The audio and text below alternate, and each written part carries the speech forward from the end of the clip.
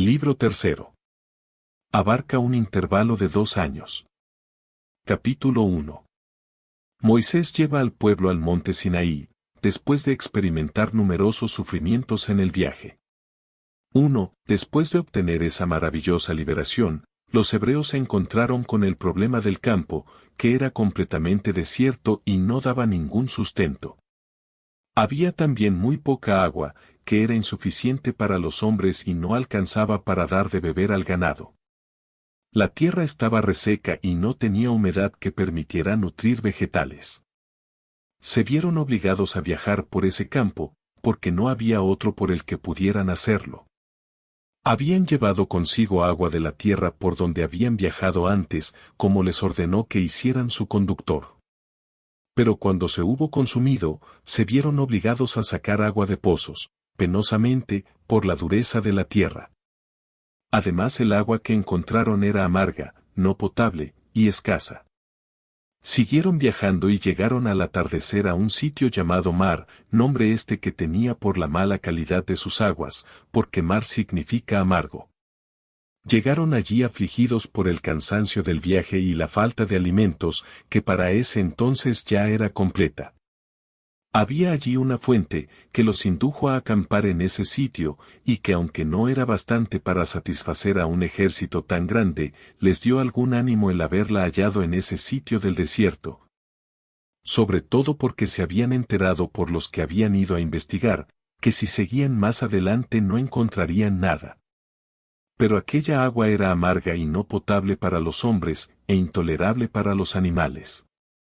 2. Moisés vio que el pueblo estaba decaído y que las palabras no serían eficaces en esas circunstancias, porque no se trataba de un ejército corriente de hombres, que podía oponer fortaleza masculina a la necesidad que los agobiaba. La multitud de los niños, y también de las mujeres, demasiado débiles para ser persuadidos por la razón, entorpecían el valor de los hombres. Moisés se vio por eso en grandes dificultades y tuvo que cargar con las calamidades de todos. Porque todos corrieron hacia él, a pedirle socorro. Las mujeres pedían por sus niños, los hombres por las mujeres, que no los abandonara y buscara algún medio de salvarlos. Moisés comenzó a rogar a Dios que cambiara la condición del agua y la hiciera buena para beber. Acordado por Dios ese favor, tomó la punta del palo que encontró tirado a sus pies y lo dividió por la mitad, prolongando la sección a todo lo largo. Luego lo dejó caer en el pozo, asegurando a los hebreos que Dios había accedido a sus ruegos, prometiendo volver el agua tal como ellos querían que fuera, siempre que obedecieran los que les iba a mandar. Pero no de manera remisa o negligente. Cuando le preguntaron qué era lo que debían hacer para que mejorara el agua, ordenó al más fuerte de los que estaban a su lado, que sacara agua del pozo. Y les dijo que cuando hubieran sacado la mayor parte del agua, el resto sería potable.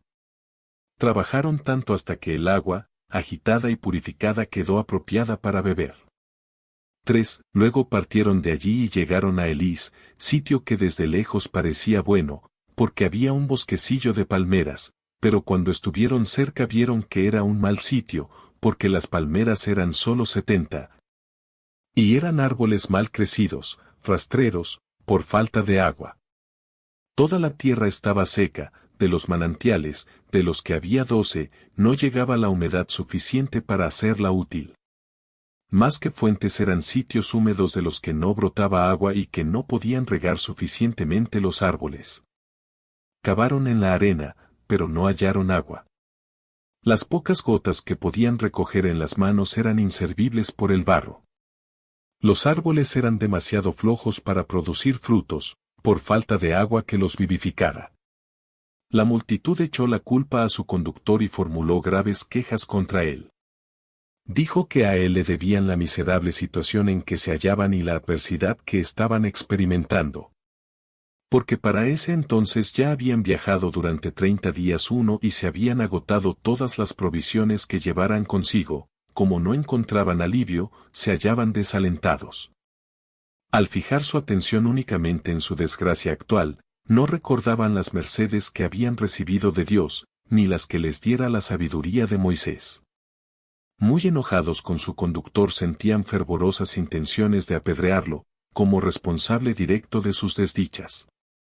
4. En cuanto a Moisés, mientras la multitud estaba amargada e irritada con él, confiaba animosamente en Dios y tenía conciencia de la atención con que había cuidado a su pueblo. Se puso en medio de ellos, aunque todos gritaban en su contra y tenían piedras en las manos para arrojárselas. Era de muy agradable presencia y sabía persuadirlos con sus discursos. Comenzó a mitigar su enojo y los exhortó a no preocuparse excesivamente por sus actuales adversidades. No fueran a sufrir con ellas por haber dejado que se les fueran de la memoria los beneficios que antes les habían sido otorgados, y les pidió que de ningún modo, debido a sus presentes infortunios, arrojaran de la memoria los grandes y maravillosos favores y dones que habían obtenido de Dios, y que esperaran en cambio la salvación de sus problemas de los que ahora no podían desprenderse, por medio de la divina providencia que los vigilaba. Siendo posible que Dios estuviese poniendo a prueba su virtud, ejercitándoles la paciencia con esas adversidades, para apreciar su fortaleza y la memoria que conservaban de su anterior maravillosa actuación en su beneficio y para ver si se acordarían de ello cuando estuvieran sufriendo miserias. Les dijo que al parecer no eran buenos hombres, ni en paciencia ni en recordar lo que les habían hecho con tanto éxito, a veces despreciando a Dios y sus mandamientos. Siendo que por esos mandamientos habían salido de la tierra de Egipto, y a veces portándose mal con él, que era el siervo de Dios y eso que nunca los había engañado, ni en lo que les había dicho ni por lo que les había mandado hacer por orden de Dios.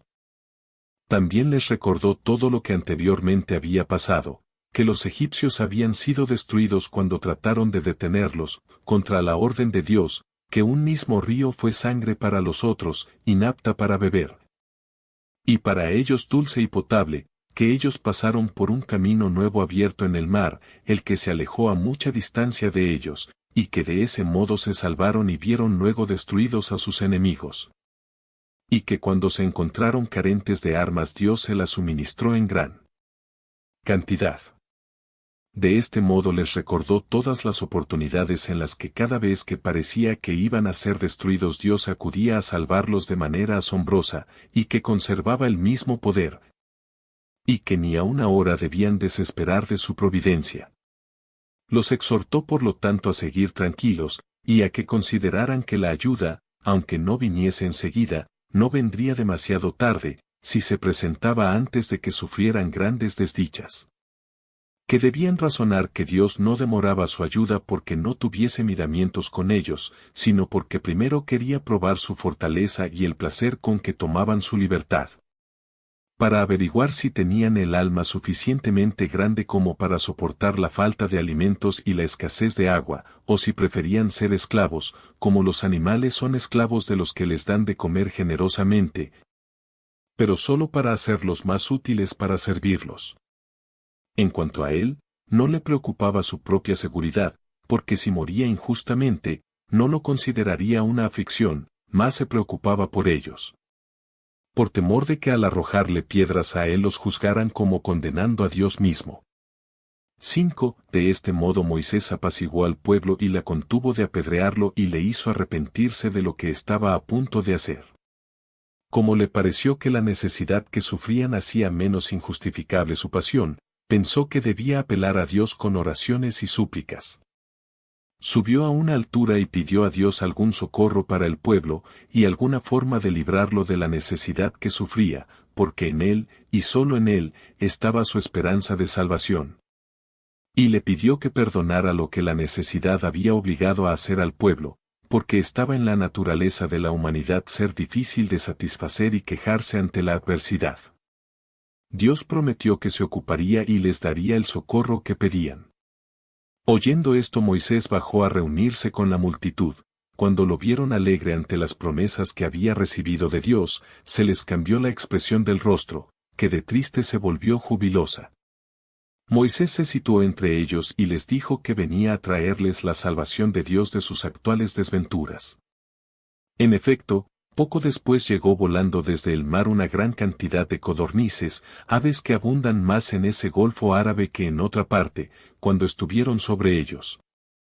Fatigadas por su laborioso vuelo y volando siempre muy cerca de la tierra, cayeron entre los hebreos. Estos las cogieron y satisficieron con ellas su hambre. Y supusieron que ese era el medio empleado por Dios para proveerles alimentos. Moisés agradeció a Dios por prestarles su asistencia más rápidamente de lo que les había prometido. 6. Después de ese primer suministro de alimentos, les envió otro. Cuando Moisés levantaba sus brazos para orar, cayó un rocío.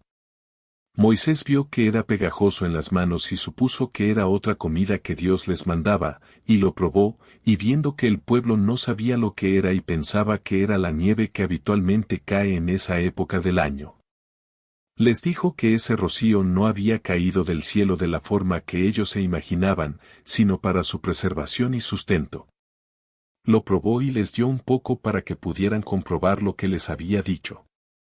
Imitaron a su conductor y les agradó el alimento, porque era dulce como la miel, de agradable gusto, pero de cuerpo como el del bedelio. Se trataba de una especia dulce, igual por su tamaño a la semilla del coriandro. Lo reunieron activamente. Pero les habían ordenado recogerlo en cantidades iguales, un gomer por día para cada uno, porque ese alimento no vendría en cantidades demasiado pequeñas.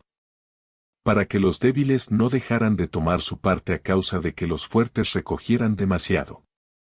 De todos modos, los fuertes que tomaban una cantidad mayor de la señalada, no obtenían más que los otros, solo se cansaban más en el trabajo de recogerlo, porque no hallaron más que un gomer cada uno. El excedente no les sirvió. Porque se pudrió por los gusanos y porque era amargo. ¡Qué alimento maravilloso y divino! También suplía la necesidad de otros alimentos al que los comía. Todavía ahora llueve el maná del cielo en ese sitio, en el que Moisés obtuvo que Dios lo enviara al pueblo para su sustento. Los hebreos lo llamaron maná, por la partícula man, que en nuestra lengua equivale a la pregunta ¿qué es esto? Los hebreos se alegraron mucho con lo que les habían mandado del cielo. Usaron ese alimento 40 años, mientras estuvieron en el desierto. 7. Cuando se fueron de allí, se trasladaron a Rafidín, sufriendo sed en extremo. En los días anteriores habían obtenido agua en algunas pequeñas fuentes, pero ahora encontraron la tierra completamente seca y se encontraron en muy mala situación. Se volvieron de nuevo con su enojo contra Moisés, quien al principio eludió la furia de la multitud y luego oró a Dios, rogándole que si les había dado alimentos cuando lo necesitaban grandemente, les diera ahora agua. Porque el favor de darles de comer no tenía valor si no tenían agua para beber. Dios no tardó en darles el agua, prometió a Moisés que les conseguiría una fuente con abundancia de agua en un sitio donde no esperaban hallar ninguna. Le ordenó que golpeara con su vara la roca que veía a sus pies, y que recibiera de allí toda la que pedían, porque él se había ocupado de que el agua les llegara sin trabajo ni sufrimientos. Recibida la orden de Dios, Moisés volvió al pueblo que lo esperaba, y todos confiaron en él porque lo vieron llegar apresuradamente de su eminencia. No bien llegó, les dijo que Dios los libraría de sus actuales inconvenientes y les había acordado un inesperado favor, y les informó que de aquella roca brotaría para ellos un río.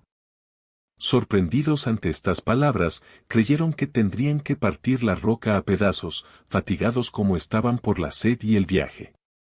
Pero Moisés abrió un pasaje con solo golpear la roca con su vara, y de ahí manó el agua, clara y abundante.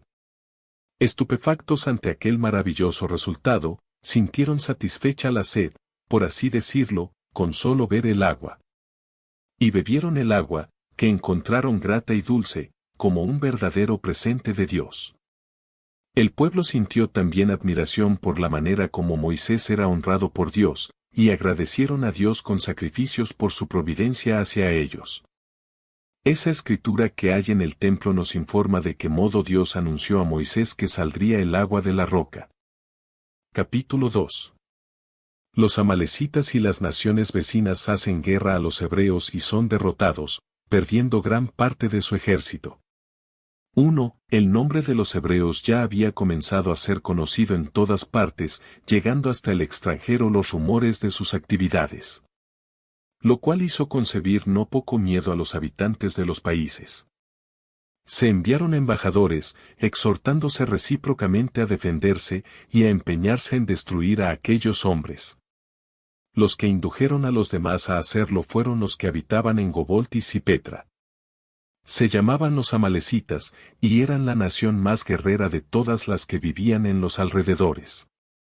Sus reyes se exhortaron entre sí y también a los vecinos a hacer la guerra a los hebreos diciéndoles que un ejército de extranjeros que habían huido de la esclavitud en Egipto aguardaba para exterminarlos, que ese ejército, por prudencia y por seguridad, no debía ser descuidado, sino aplastado antes de que se hiciera más fuerte y prosperara.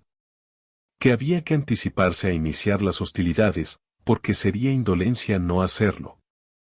Debemos vengarnos por lo que hicieron en el desierto, pero no podremos hacerlo cuando hayan puesto sus manos sobre nuestras ciudades y nuestras posesiones. Los que se empeñan en aplastar un poder que surge, son más sabios que los que tratan de detener su progreso cuando se vuelve poderoso, porque estos últimos solo parecen enojarse ante el florecimiento de los otros, en tanto que los anteriores no dan tiempo a sus enemigos a que puedan serles perjudiciales. Después de enviar las embajadas a las naciones vecinas y unas a las otras, resolvieron atacar a los hebreos en batalla. 2. El proceder de esos pueblos causó perplejidad y preocupación a Moisés, que no esperaba sus aprestos bélicos.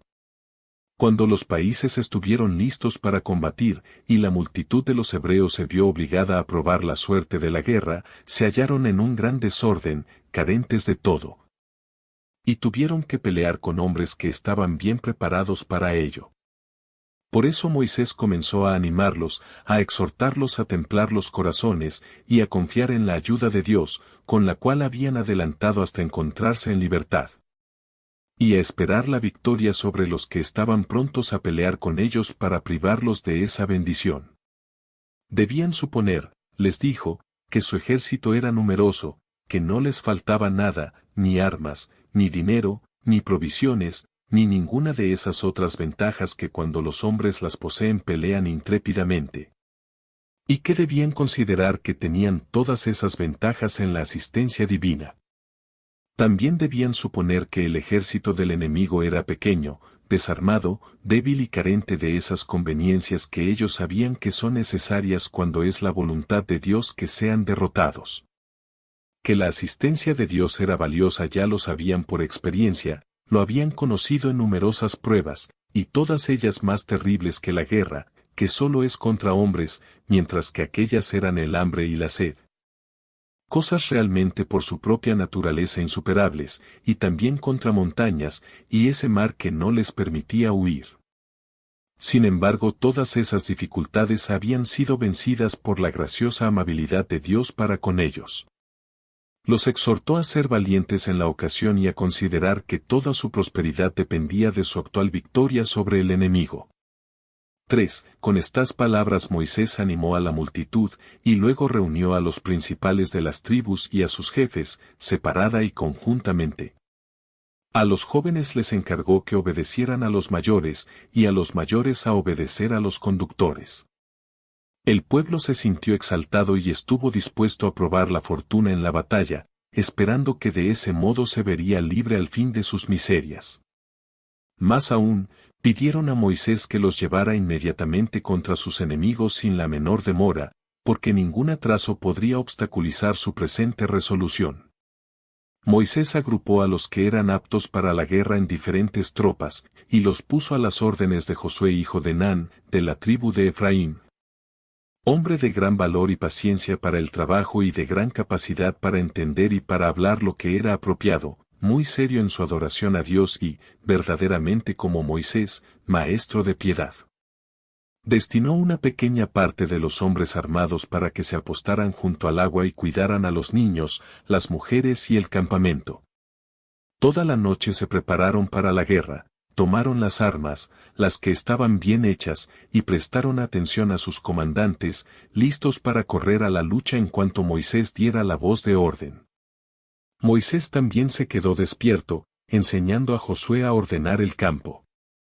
Al despuntar el día, Moisés volvió a llamar a Josué y lo exhortó a realizar la hazaña que los hombres esperaban de un hombre de su reputación y a ganar gloria con la expedición ante la opinión de esos hombres, con sus proezas en la batalla. Hizo escuchar también una exhortación especial a los principales de los hebreos y alentó a todo el ejército reunido delante de él. Animados de ese modo los hombres, con su acción y su palabra, se retiró a una montaña, encomendando el ejército a Dios y a Josué. 4. Los ejércitos se trabaron en lucha, llegaron a combatir cuerpo a cuerpo, revelando por ambas partes gran actividad y animándose unos a otros. Cuando Moisés tendía los brazos al cielo, los hebreos dominaban a los amalecitas. Pero como no podía mantener todo el tiempo los brazos extendidos, cuando bajaba los brazos su pueblo llevaba la peor parte, dijo a su hermano Aarón y a Hur, el marido de su hermana Miriam, que se pusieran uno a cada lado y le sostuvieran las manos para que pudiera mantener los brazos extendidos a pesar del cansancio. Con esto los hebreos vencieron a los amalecitas, los que habrían perecido todos si la llegada de la noche no hubiera obligado a los hebreos a desistir de seguir matándolos. Así obtuvieron nuestros antepasados una victoria muy señalada y oportuna, no solo dominaron a los que peleaban contra ellos, sino que además aterrorizaron a las naciones vecinas y obtuvieron una grande y espléndida ventaja.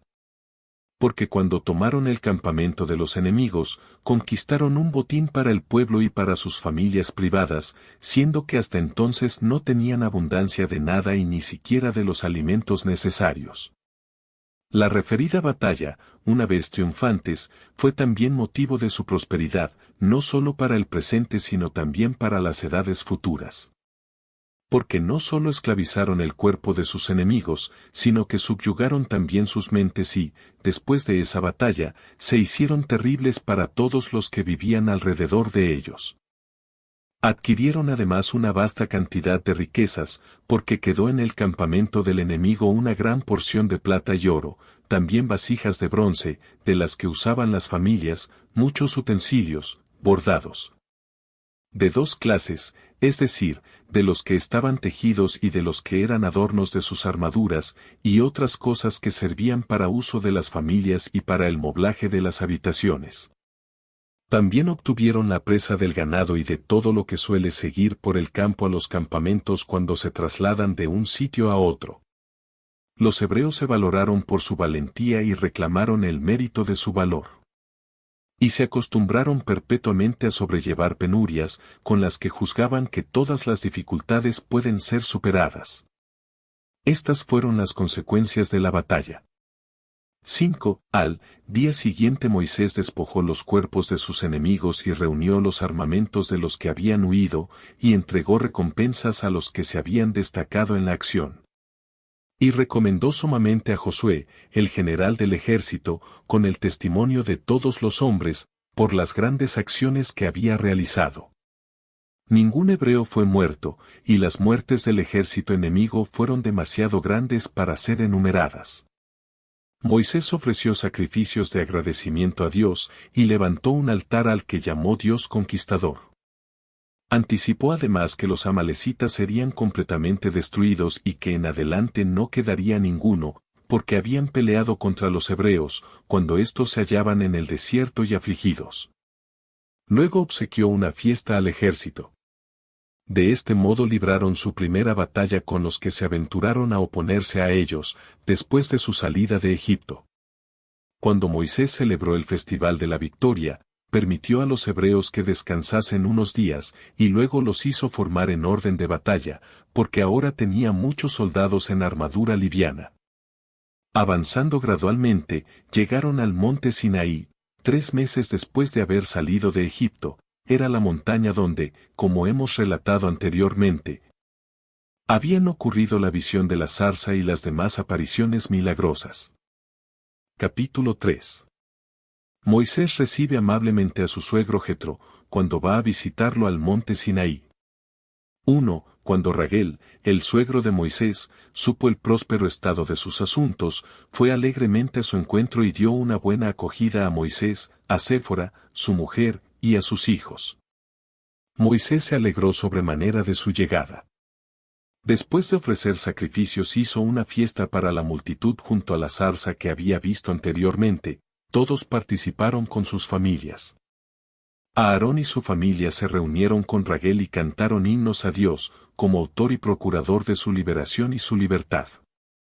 También elogiaron a su conductor, por cuya virtud les habían salido todas las cosas tan bien. Raguel hizo grandes elogios a toda la multitud por el agradecimiento que testimoniaba a Moisés. Y admiró a Moisés por su fortaleza y la humanidad que había demostrado en la salvación de sus amigos. Capítulo 4. Raguel sugiere a Moisés que ordene al pueblo, nombrando jefes y capitanes. Moisés acepta el consejo de su suegro. 1. Al día siguiente Raguel vio a Moisés rodeado por una multitud de asuntos. Porque él dilucidaba las diferencias de los que se la sometían, yendo todos a verlo a él porque suponían que sólo obtendrían justicia si él era el árbitro. Los que perdían sus causas no pensaban mal porque consideraban que las habían perdido justamente, y no con parcialidad.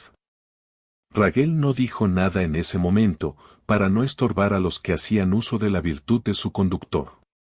Pero luego llevó a Moisés aparte y cuando estuvieron solos le instruyó sobre lo que debía hacer, le aconsejó que dejara las causas menores a otros, y él se ocupara solo de las grandes y de la seguridad del pueblo. Porque podrían encontrarse otros hebreos aptos para juzgar causas, pero nadie más que Moisés podía ocuparse de la seguridad de tantas decenas de miles. No seas impasible ante tu propia virtud, le dijo, y ante lo que has hecho administrando a las órdenes de Dios para la salvación del pueblo. Deja, pues, que otros juzguen las causas comunes, y tú resérvate únicamente para la atención de Dios. Busca métodos de preservar a la multitud de su actual aflicción. Usa el método que te sugiero para los asuntos humanos, pasa revista al hito y nombra jefes selectos sobre decenas de miles, y luego sobre miles, luego divídelos en grupos de 500, luego de 100, y luego de 50. Nombra capitanes para cada uno de esos grupos, que podrán distinguirlos en grupos de 30 y mantenerlos en orden. Finalmente numéralos en grupos de 20 y de 10. Que cada número tenga un comandante, para ser designados por el número que dirijan, pero hombres probos que la multitud apruebe como buenos y justos. Y que esos jefes decidan las controversias que surjan entre ellos.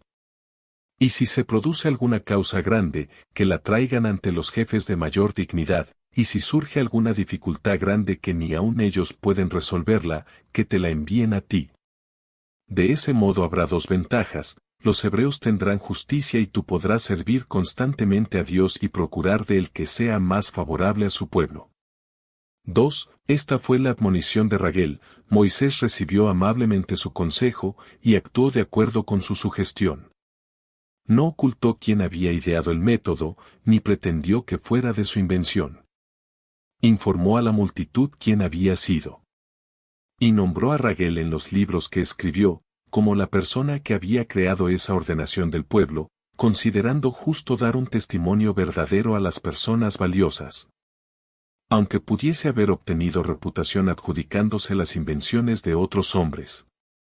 De ahí podemos conocer la virtuosa disposición de Moisés. Pero a esta disposición tendremos ocasión apropiada para referirnos en otras partes de estos libros. Capítulo 5. Moisés sube al monte Sinaí y recibe leyes de Dios, y las entrega a los hebreos. 1. Moisés reunió a la multitud y anunció que se iría al monte Sinaí, a conversar con Dios, y a recibir de él cierto oráculo que traería consigo. Les ordenó que plantaran sus tiendas cerca de la montaña, prefiriendo la habitación próxima a Dios, y no la lejana. Dicho esto ascendió al monte Sinaí, que es la montaña más alta de esa tierra, y no solo es difícil de escalar para los hombres por su enorme altura, sino también por la escabrosidad de sus precipicios. No se puede mirarla sin sentir los ojos doloridos. Además era terrible e inaccesible por el rumor de que Dios moraba en ella. Los hebreos levantaron sus tiendas, como Moisés les había ordenado, y tomaron posesión de la falda de la montaña. Y aguardaron con el ánimo elevado a que Moisés volviera de su encuentro con Dios trayendo promesas de las buenas cosas que les había propuesto. Hicieron un banquete y aguardaron a su conductor, y se mantuvieron puros, entre otras cosas, en no juntarse con sus mujeres durante 3 días, como les ordenara anteriormente. Y rogaron a Dios que recibiera favorablemente a Moisés en su conversación con él, y que les concediera dones con los cuales pudieran vivir bien. Hicieron también comidas más abundantes, y adornaron a sus mujeres e hijos con ropas más decentes que de costumbre. Pasaron 2 días en esas fiestas, pero el tercer día, antes de que saliera el sol, se tendió sobre todo el campamento de los hebreos una nube tal como nadie la había visto anteriormente y rodeó el sitio donde habían plantado las tiendas. Mientras todo el resto del aire estaba limpio, a ese sitio llegaron fuertes vientos que levantaron grandes chubascos, los que se transformaron en una poderosa tempestad. Había unos relámpagos terribles que espantaban la vista. Truenos y rayos caían, declarando que Dios estaba presente de manera benigna para aquellos con los que Moisés quería que fuera benigno.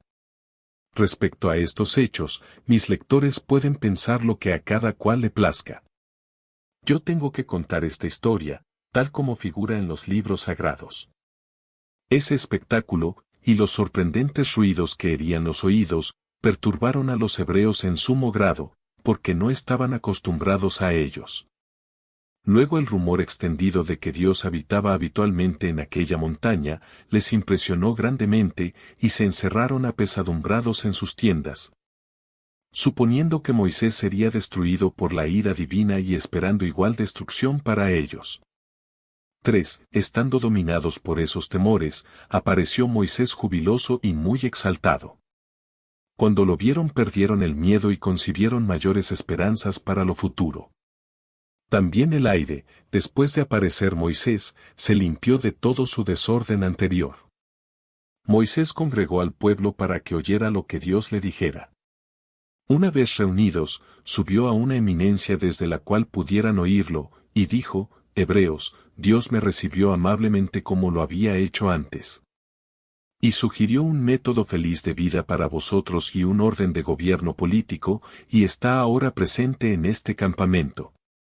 Os encargo por eso, por él y por sus obras, y por lo que hemos hecho con su intermedio, que no deis poco valor a lo que voy a deciros, porque los mandamientos que ahora os entrego no son la palabra de un hombre.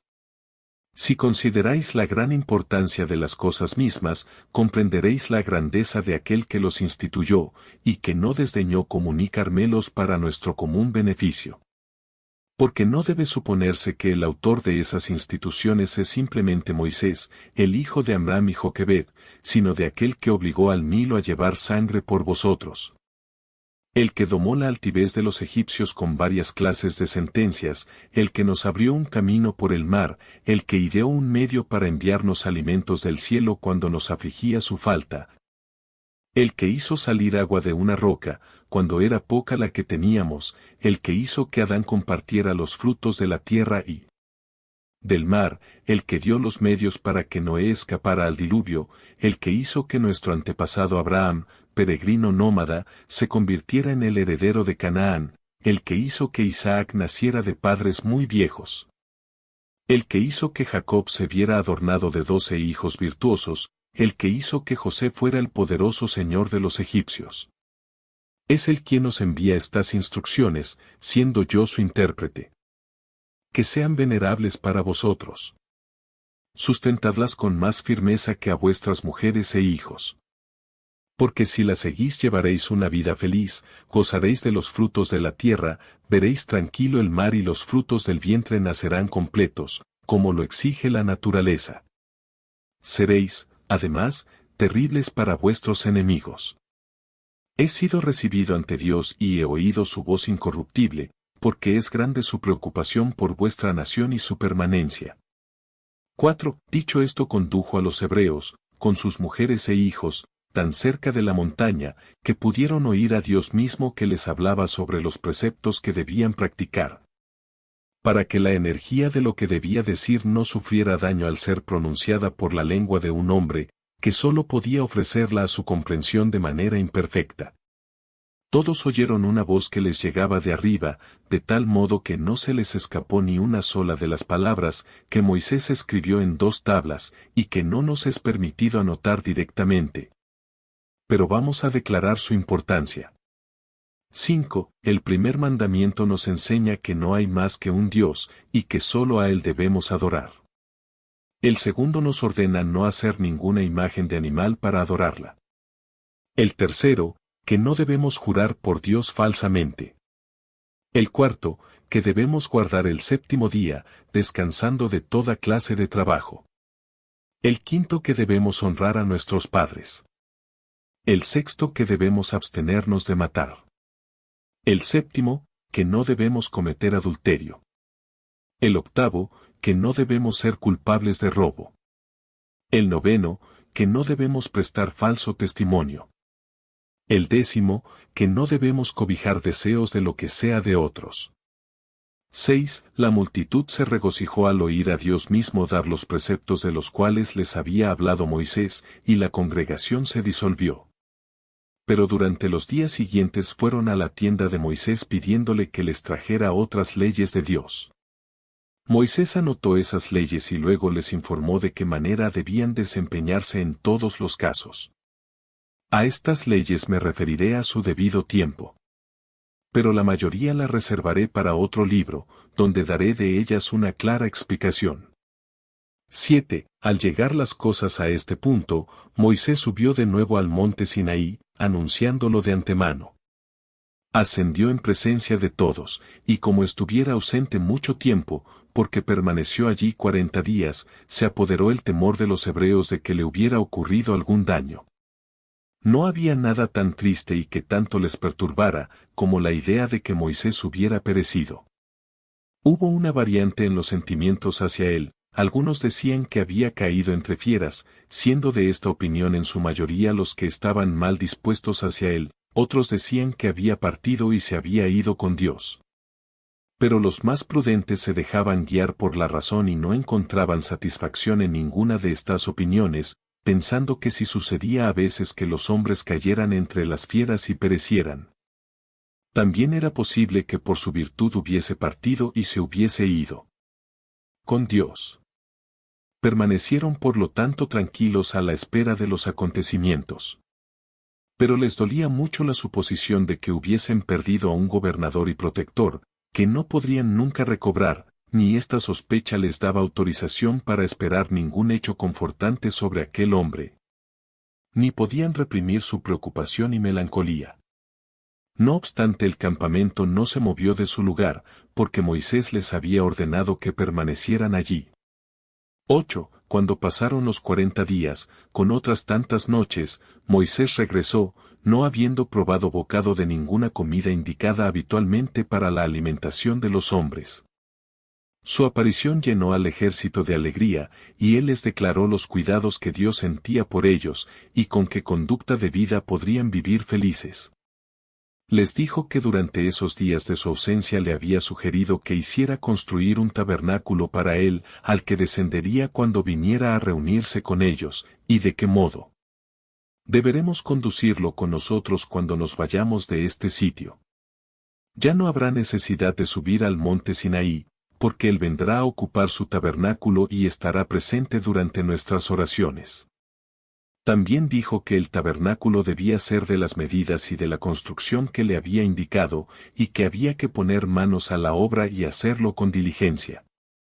Dicho esto, les mostró las 2 tablas, con los 10 mandamientos grabados en ellas, 5 en cada tabla. La escritura era de la mano de Dios. Capítulo 6. El tabernáculo que Moisés construye en el desierto en honor de Dios, y que sirve de templo. 1. Jubilosos por lo que habían visto y oído a su conductor, los israelitas no fueron remisos en demostrar sus habilidades, trajeron plata, oro y bronce, maderas de las mejores clases, que no se arruinarían por la putrefacción, pelo de camellos, cueros de carnero, algunos de ellos teñidos de azul, otros de rojo. Unos trajeron la flor para el color púrpura, otros para el blanco, y lana, teñida con las flores nombradas, y lino fino, y piedras preciosas, que los que usaban adornos costosos engastaban en monturas de oro. Llevaron también gran cantidad de especias. Con estos materiales Moisés construyó el tabernáculo, que no difería en nada de un templo móvil y ambulante. Reunidas con gran diligencia todas esas cosas, porque todos tenían la ambición de hacer más de lo que podían, nombró los arquitectos para la obra, por orden de Dios. Que fueron por cierto los mismos que el pueblo habría elegido si les hubiesen encargado la elección. Sus nombres figuran en los libros sagrados. Eran Bezaleel, hijo de Uri, de la tribu de Judá, nieto de Miriam, la hermana del conductor, y Eliab hijo de Isamac, de la tribu de Dan. El pueblo prosiguió la tarea que había emprendido con tanta actividad que Moisés se vio obligado a contenerlos, proclamando que lo que habían traído era suficiente, según informaban los artífices. Se entregaron entonces a la construcción del tabernáculo. Moisés les informó, de acuerdo con las directivas de Dios, las medidas que debía tener, y su tamaño, y cuántos vasos debía contener para uso de los sacrificios. También las mujeres querían hacer su parte, con respecto a las vestimentas de los sacerdotes y de otras cosas, que harían falta, tanto para los ornamentos como para el mismo servicio divino. Preparadas todas las cosas, el oro, la plata, el bronce, los tejidos, Moisés, que había anunciado anticipadamente que se haría una fiesta, ofreciéndose sacrificios de acuerdo con la capacidad de cada cual, erigió el tabernáculo. Midió el atrio abierto, de 50 codos de ancho y 100 de largo, puso columnas de bronce, de 5 codos de altura, 20 en cada uno de los costados más largos, y 10 columnas en el ancho posterior. Todas las columnas tenían un anillo. Los capiteles eran de plata, pero las bases de bronce, parecían puntas de lanza y eran de bronce, fijas en el suelo. Pasaron cuerdas por los anillos, atados por la otra punta a clavos de bronce de un codo de largo, clavados en el suelo junto a cada columna, para sostener el tabernáculo y evitar que lo sacudiesen los vientos. Una cortina de lino fino y suave rodeaba todas las columnas y colgaba libremente de los capiteles, envolvía todo el espacio y parecía una pared que lo rodeara. Así fue la estructura de 3 costados del recinto. El cuarto, que tenía 50 codos de longitud, era el frente del conjunto, 20 codos eran para la abertura de las entradas, donde había 2 columnas de cada lado, pareciendo puertas abiertas. Estaban hechas totalmente de plata, pulidas, excepto las bases que eran de bronce. A cada lado de la entrada 3 columnas, insertadas en la base cóncava del portal, con el que hacían juego. Rodeándolas había una cortina de lino fino. En el portal mismo, de 20 codos de largo y 5 de altura, la cortina era de púrpura, rojo y azul, lino fino y bordado con muchas y diversas clases de figuras, excepto figuras de animales. Dentro del portal estaba la jofaina de bronce para la purificación, con una base debajo, del mismo metal, donde el sacerdote pudiera lavarse las manos y rociarse los pies. Esa fue la construcción ornamental del recinto que rodeaba el atrio del tabernáculo, y que estaba expuesto al aire libre.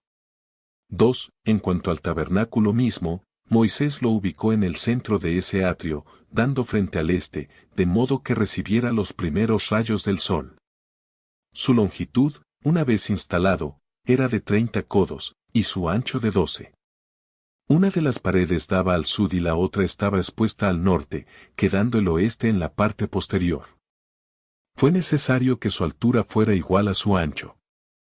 Había también columnas de madera, 20 a cada lado, estaban talladas de forma rectangular, de 1 codo y medio de ancho y 4 dedos de espesor, tenían colocadas de ambos lados finas placas de plata en 2 lados. El de dentro y el de fuera, cada una de ellas tenía 2 espigas de plata insertadas en la base, habiendo en cada base un receptáculo para recibir las espigas. Las columnas de la pared del oeste eran 6. Las espigas y los quicios, exactamente fijados unos en otros, de modo que las junturas fueran invisibles, parecían una sola pared unida, cubierta de oro, por dentro y por fuera. El número de columnas era el mismo en los lados opuestos, había 20 en cada lado. Cada una de ellas tenía un espesor de 1/3 de palmo, y de ese modo formaban los 30 codos entre ellos. Pero en la pared posterior, donde las 6 columnas solo sumaban 9 codos, hicieron otras 2 columnas, de 1 codo, y las pusieron en las esquinas, haciéndolas igualmente finas como las otras. Todas las columnas tenían anillos de oro en la cara externa, como si se hubieran arraigado en las columnas, y formaban una fila por la que pasaron varillas forradas de oro, de 5 codos de largo cada una, las que unían las columnas pasando la cabeza de un varilla dentro de la otra, como las espigas insertas una en otra. En la pared de atrás solo había una fila de varillas que pasaba por todas las columnas, en cuya fila entraban las puntas de las varillas de los costados de la pared más larga, machembrados firmemente para que el tabernáculo no se moviera, ni sacudido por el viento ni por otros medios, y para que permaneciera continuamente quieto e inmóvil. 3. En cuanto a la parte interior, Moisés la dividió a lo largo en 3 porciones. A 10 codos del extremo más secreto Moisés situó 4 columnas, hechas de igual manera que las otras y con la misma base, y colocadas a poca distancia una de otra. El espacio al que rodeaban estas columnas era el lugar más sagrado. El resto del espacio era el tabernáculo, abierto para los sacerdotes. Esta proporción de las medidas del tabernáculo resultaron ser una imitación de la organización del mundo, porque esa tercera parte que estaba dentro de las 4 columnas, en la que no podían entrar los sacerdotes era, por así decir, un cielo, reservado a Dios. El espacio de los 20 codos era, por así decir, mar y tierra, accesible a los hombres, por eso esta parte estaba reservada a los sacerdotes. Al frente, donde se hizo la entrada, pusieron columnas de oro, sobre bases de bronce, en número de 7, luego tendieron sobre el tabernáculo velos de lino fino, de color púrpura, rojo y azul, y bordados. El primer velo tenía 10 codos por lado, y lo extendieron sobre las columnas que dividían el templo, ocultando el sitio más sagrado. Ese velo hacía que esa parte no fuera visible para nadie. Todo el templo se llamaba el lugar sagrado, pero esa parte que estaba dentro de las 4 columnas, en la que no podía entrar nadie, se llamaba el Sancta Sanctorum. El velo era muy hermoso, bordado con las flores que produce la tierra, y llevaba tejidas todas las variedades que pudieran ser ornamentales, exceptuando formas de animales. Había otro velo cubriendo las 5 columnas de la entrada. Era como el anterior en su tamaño, textura y color. En la esquina de cada columna un anillo lo sostenía de arriba a abajo hasta la mitad de las columnas, siendo la otra mitad una entrada para los sacerdotes que se deslizaban debajo de él. Sobre aquel había un velo de lino, del mismo largo que el anterior, se corría hacia un lado o hacia el otro por medio de cuerdas, cuyas anillas, fijadas en el tejido del velo y en las cuerdas, servían para correrlo y descorrerlo y para sostenerlo en las esquinas, de modo que una vez corrido no estorbase la vista del santuario, sobre todo en los días solemnes. En otros días, especialmente cuando el tiempo amenazaba nevar, se extendía, suministrando al velo una cubierta de diversos colores. De ahí deriva nuestra costumbre de colocar sobre la entrada, después de la construcción del templo, un hermoso velo de lino. Las otras 10 cortinas tenían 4 codos de ancho y 28 de largo, con broches de oro, para unir una cortina con otra, lo que hacían tan exactamente que parecían una sola cortina entera. Estaban extendidas sobre el templo y cubrían toda la parte superior y partes de las paredes, a los costados y por detrás, hasta un codo del suelo. Había otras cortinas del mismo ancho, pero una más en número, y más largas, porque tenían 30 codos de largo, estaban tejidas con pelo, con la misma delicadeza que las de lana, y caían flojamente hasta el suelo, pareciendo en el portal un frente triangular con una elevación. La 11ª cortina era usada precisamente con ese objeto. Encima de aquellas había otras cortinas hechas de piel, que daban cubierta y protección a las hiladas, pero cuando hacía calor y llovía, Era grande la sorpresa de los que veían esas cortinas desde lejos, porque no se diferenciaban en nada del color del cielo.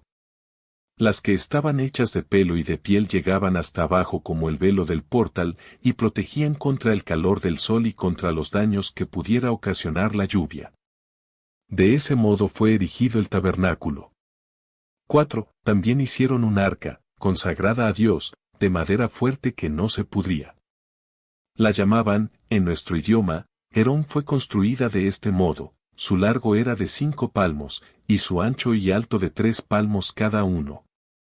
Estaba toda recubierta de oro, por dentro y por fuera, de modo que no se veía la madera. Tenía además una cubierta, unida por medio de goznes de oro, y de una manera extraordinaria. La cubierta era pareja por todas partes, y no presentaba eminencias que ocultaran su exacta unión. Había además 2 anillas de oro en cada uno de sus tablas más largas, que pasaban por toda la madera. Corrían por ellas varillas de oro que se extendían por todo el largo de cada tabla, para que por medio de ellas se pudiera moverla y sacarla, cuando llegara la ocasión. Porque no era conducida en un carro por bestias de carga, sino en los hombros de los sacerdotes. Sobre la cubierta había 2 imágenes, que los hebreos llaman querubín. Son seres alados, pero su forma no es parecida a ninguna de las criaturas que hayan visto los hombres, aunque Moisés dijo que él había visto seres como esos junto al trono de Dios. En esta arca puso las 2 tablas que tenían escritos los 10 mandamientos, 5 en cada una, 2 y medio de cada lado. El arca la instaló en el santuario. 5. En el templo sagrado puso una mesa, como las de Delfos. Su largo era de 2 codos, su ancho de 1 codo y su altura de 3 palmos. Tenía patas, cuyas partes inferiores eran completas, como las que los dorios ponían en las camas, y las superiores de forma cuadrada. La mesa tenía un hueco en cada extremo, y una cornisa de 4 dedos que la rodeaba como una espiral, por arriba y por abajo. En cada una de las patas había un anillo, cerca de la cubierta, por la que pasaban varas de madera dorada, para sacar la mesa cuando hacía falta, habiendo una cavidad donde se unía con los anillos. Porque no eran anillos enteros, antes de redondearse terminaban en agudas puntas, una de las cuales se insertaba en la parte prominente de la mesa y la otra en la pata, por ahí era conducida cuando viajaban. En esa mesa, que se hallaba al norte del templo, no lejos de la parte más sagrada, había 12 hogazas de pan ácimo, 6 en cada pila, una sobre otra. Estaban hechas con 2/10 partes de la harina más pura, la 10ª parte es una medida de los hebreos, y contiene 7 cotilae atenienses. Encima de las hogazas había 2 redomas llenas de incienso. Cada 7 días cambiaban hogazas, el día que nosotros llamamos el Sabbat, porque al 7º día le decimos el Sabbat. Pero de esas hogazas volveremos a hablar en otro sitio. 6. Por encima de la mesa, cerca de la pared del sud, había un candelabro de oro fundido, hueco por dentro, pesaba 100 minas, peso que los hebreos llaman sincares. Traducido al griego significa talento. Tenía sus borlas, sus lirios, sus granadas y sus cuencos, adornos que sumaban en total 70, de ese modo la caña se elevaba desde una sola base y se desparramaba en tantos brazos como el número de planetas, incluyendo la luna. Terminaba en 7 cabezas, puestas en fila, una al lado de la otra. Esos brazos llevaban 7 lámparas, imitando el número de planetas, que miraban hacia el este y hacia el sud, estando el candelabro en posición oblicua. 7. Entre el candelabro y la mesa que, como dijimos, estaban dentro del santuario, se hallaba el altar del incienso, hecho de madera, pero de la misma madera con que habían hecho los vasos anteriores, que no podía pudrirse. Estaba completamente revestido con una placa de oro. Su ancho en cada lado era de 1 codo, pero su altura el doble. Encima había una reja de oro, extendida sobre el altar, con una corona de oro que la rodeaba y a la que correspondían anillos y varas, por medio de los cuales los sacerdotes lo conducían cuando viajaban. Delante de este tabernáculo erigieron un altar de bronce, pero hecho de madera por dentro, de 5 codos por lado y 3 de alto, adornado igualmente con láminas de bronce brillantes como el oro. Tenía también un hogar de malla, porque como no tenía base para recibirla, el suelo recibía el fuego del hogar. Junto al altar estaban los tazones, las redomas, los incensarios, las calderas, hechas de oro. Los otros vasos, para los sacrificios, eran de bronce. Esta era la construcción del tabernáculo, y estos son los vasos que le correspondían. Capítulo 7. Las vestimentas de los sacerdotes y del sumo sacerdote. 1. Había vestimentas especiales señaladas para los sacerdotes, tanto para los que ellos llaman caneas, como para el anarabac, o sumo sacerdote. Cuando el sacerdote se dirige a hacer el sacrificio, se purifica con la purificación que prescribe la ley. En primer lugar se pone lo que se llama el macanase, que significa algo que se ata fuertemente. Es un calzón hecho de lino finamente retorcido y se pone sobre las partes privadas, introduciéndole las piernas como si fuera un pantalón, pero está cortado hacia la mitad y termina en los muslos, donde se ata fuertemente. 2. Encima se coloca una vestimenta de lino, hecha de fino lino torcido, se llama ketomene, que significa lino, porque al lino le decimos ketón. Esta vestimenta llega hasta los pies y se ajusta al cuerpo. Tiene mangas fuertemente atadas a los brazos, está atada al pecho un poco más arriba de los codos, mediante un cinturón que a menudo lo rodea sobresaliendo 4 dedos. Pero está hecho con un tejido flojo que parece una piel de serpiente. Tiene bordadas flores rojas, púrpuras y azules, con lino finamente retorcido. La urdimbre es nada más que lino fino. Comienzan las vueltas en el pecho, y después de varias de ellas se ata y cuelga desde allí hasta las rodillas. El sacerdote se presenta de este modo con un aspecto agradable. Pero cuando está obligado a asistir a un ofrecimiento de sacrificios y cumplir con los servicios señalados, no se ve estorbado en sus movimientos, lo tira a la izquierda y se lo echa sobre el hombro. Moisés llamaba ese cinturón abanés, pero nosotros aprendimos de los babilonios a llamarlo emián, que es como ellos lo llaman. Esta vestimenta no tiene partes sueltas ni vacías, y solo una estrecha abertura para el cuello. Se ata con unas cintas que cuelgan del borde, sobre el pecho y la espalda, y se ajusta sobre cada hombro, se llama masabasanes. 3. En la cabeza lleva una gorra, que no tiene forma cónica ni rodea toda la cabeza, pero la cubre hasta más de la mitad, se llama masneftes. Está hecha de manera que parece una corona, de gruesas fajas, pero la contextura es de lino, está cosida después de dar varias vueltas. Además un trozo de fino lino cubre la gorra por la parte superior y llega hacia abajo por la frente y tapa las costuras de las fajas que sería indecente que se vieran. Se adhiere fuertemente en la parte sólida de la cabeza y queda fijada con tanta firmeza que no se puede caer durante el sagrado servicio de los sacrificios. Con esto les hemos indicado cuál era el ropaje de la generalidad de los sacerdotes. 4. El sumo sacerdote se adornaba con las mismas vestimentas que hemos descrito, sin descontar ninguna, solo que encima se ponía un ropaje de color azul. Es un manto también largo, que llega hasta los pies. En nuestro idioma se llama meir, y se ata con un cinturón, bordado con los mismos colores y flores de los demás, y entretejido con hilos de oro. Del borde inferior de este manto cuelgan flecos, del color de la granada, con campanillas doradas, en una hermosa combinación, una granada entre 2 campanillas, y entre 2 granadas una campanilla. Este vestido no estaba compuesto de 2 piezas, ni estaba cosido en los hombros y los costados, era una sola vestimenta larga, tejida de tal modo que le quedara una abertura en el cuello, la que no era oblicua, sino partida a lo largo del pecho y la espalda.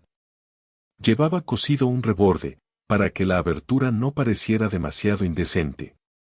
También estaba partida por donde salían los brazos. 5. Aparte de esa prenda el sumo sacerdote se ponía otra, que se llamaba efod, y era parecida al epomis de los griegos. Se hacía de la siguiente manera. La tejían hasta un espesor de un codo, de varios colores, con oro entretejido y bordados, dejando el centro del pecho descubierto. Tenía mangas, y no se diferenciaba de una chaqueta corta. Pero en el sitio vacío de esta prenda se insertaba una pieza del tamaño de un palmo, bordada con oro y los demás colores del efod, y que se llama esen, lo que en griego significa oráculo. Esta pieza llenaba exactamente el espacio vacío del efod, al que iba unida por anillos de oro en todas las esquinas, iguales a los anexados al efod, y atado con una cinta azul.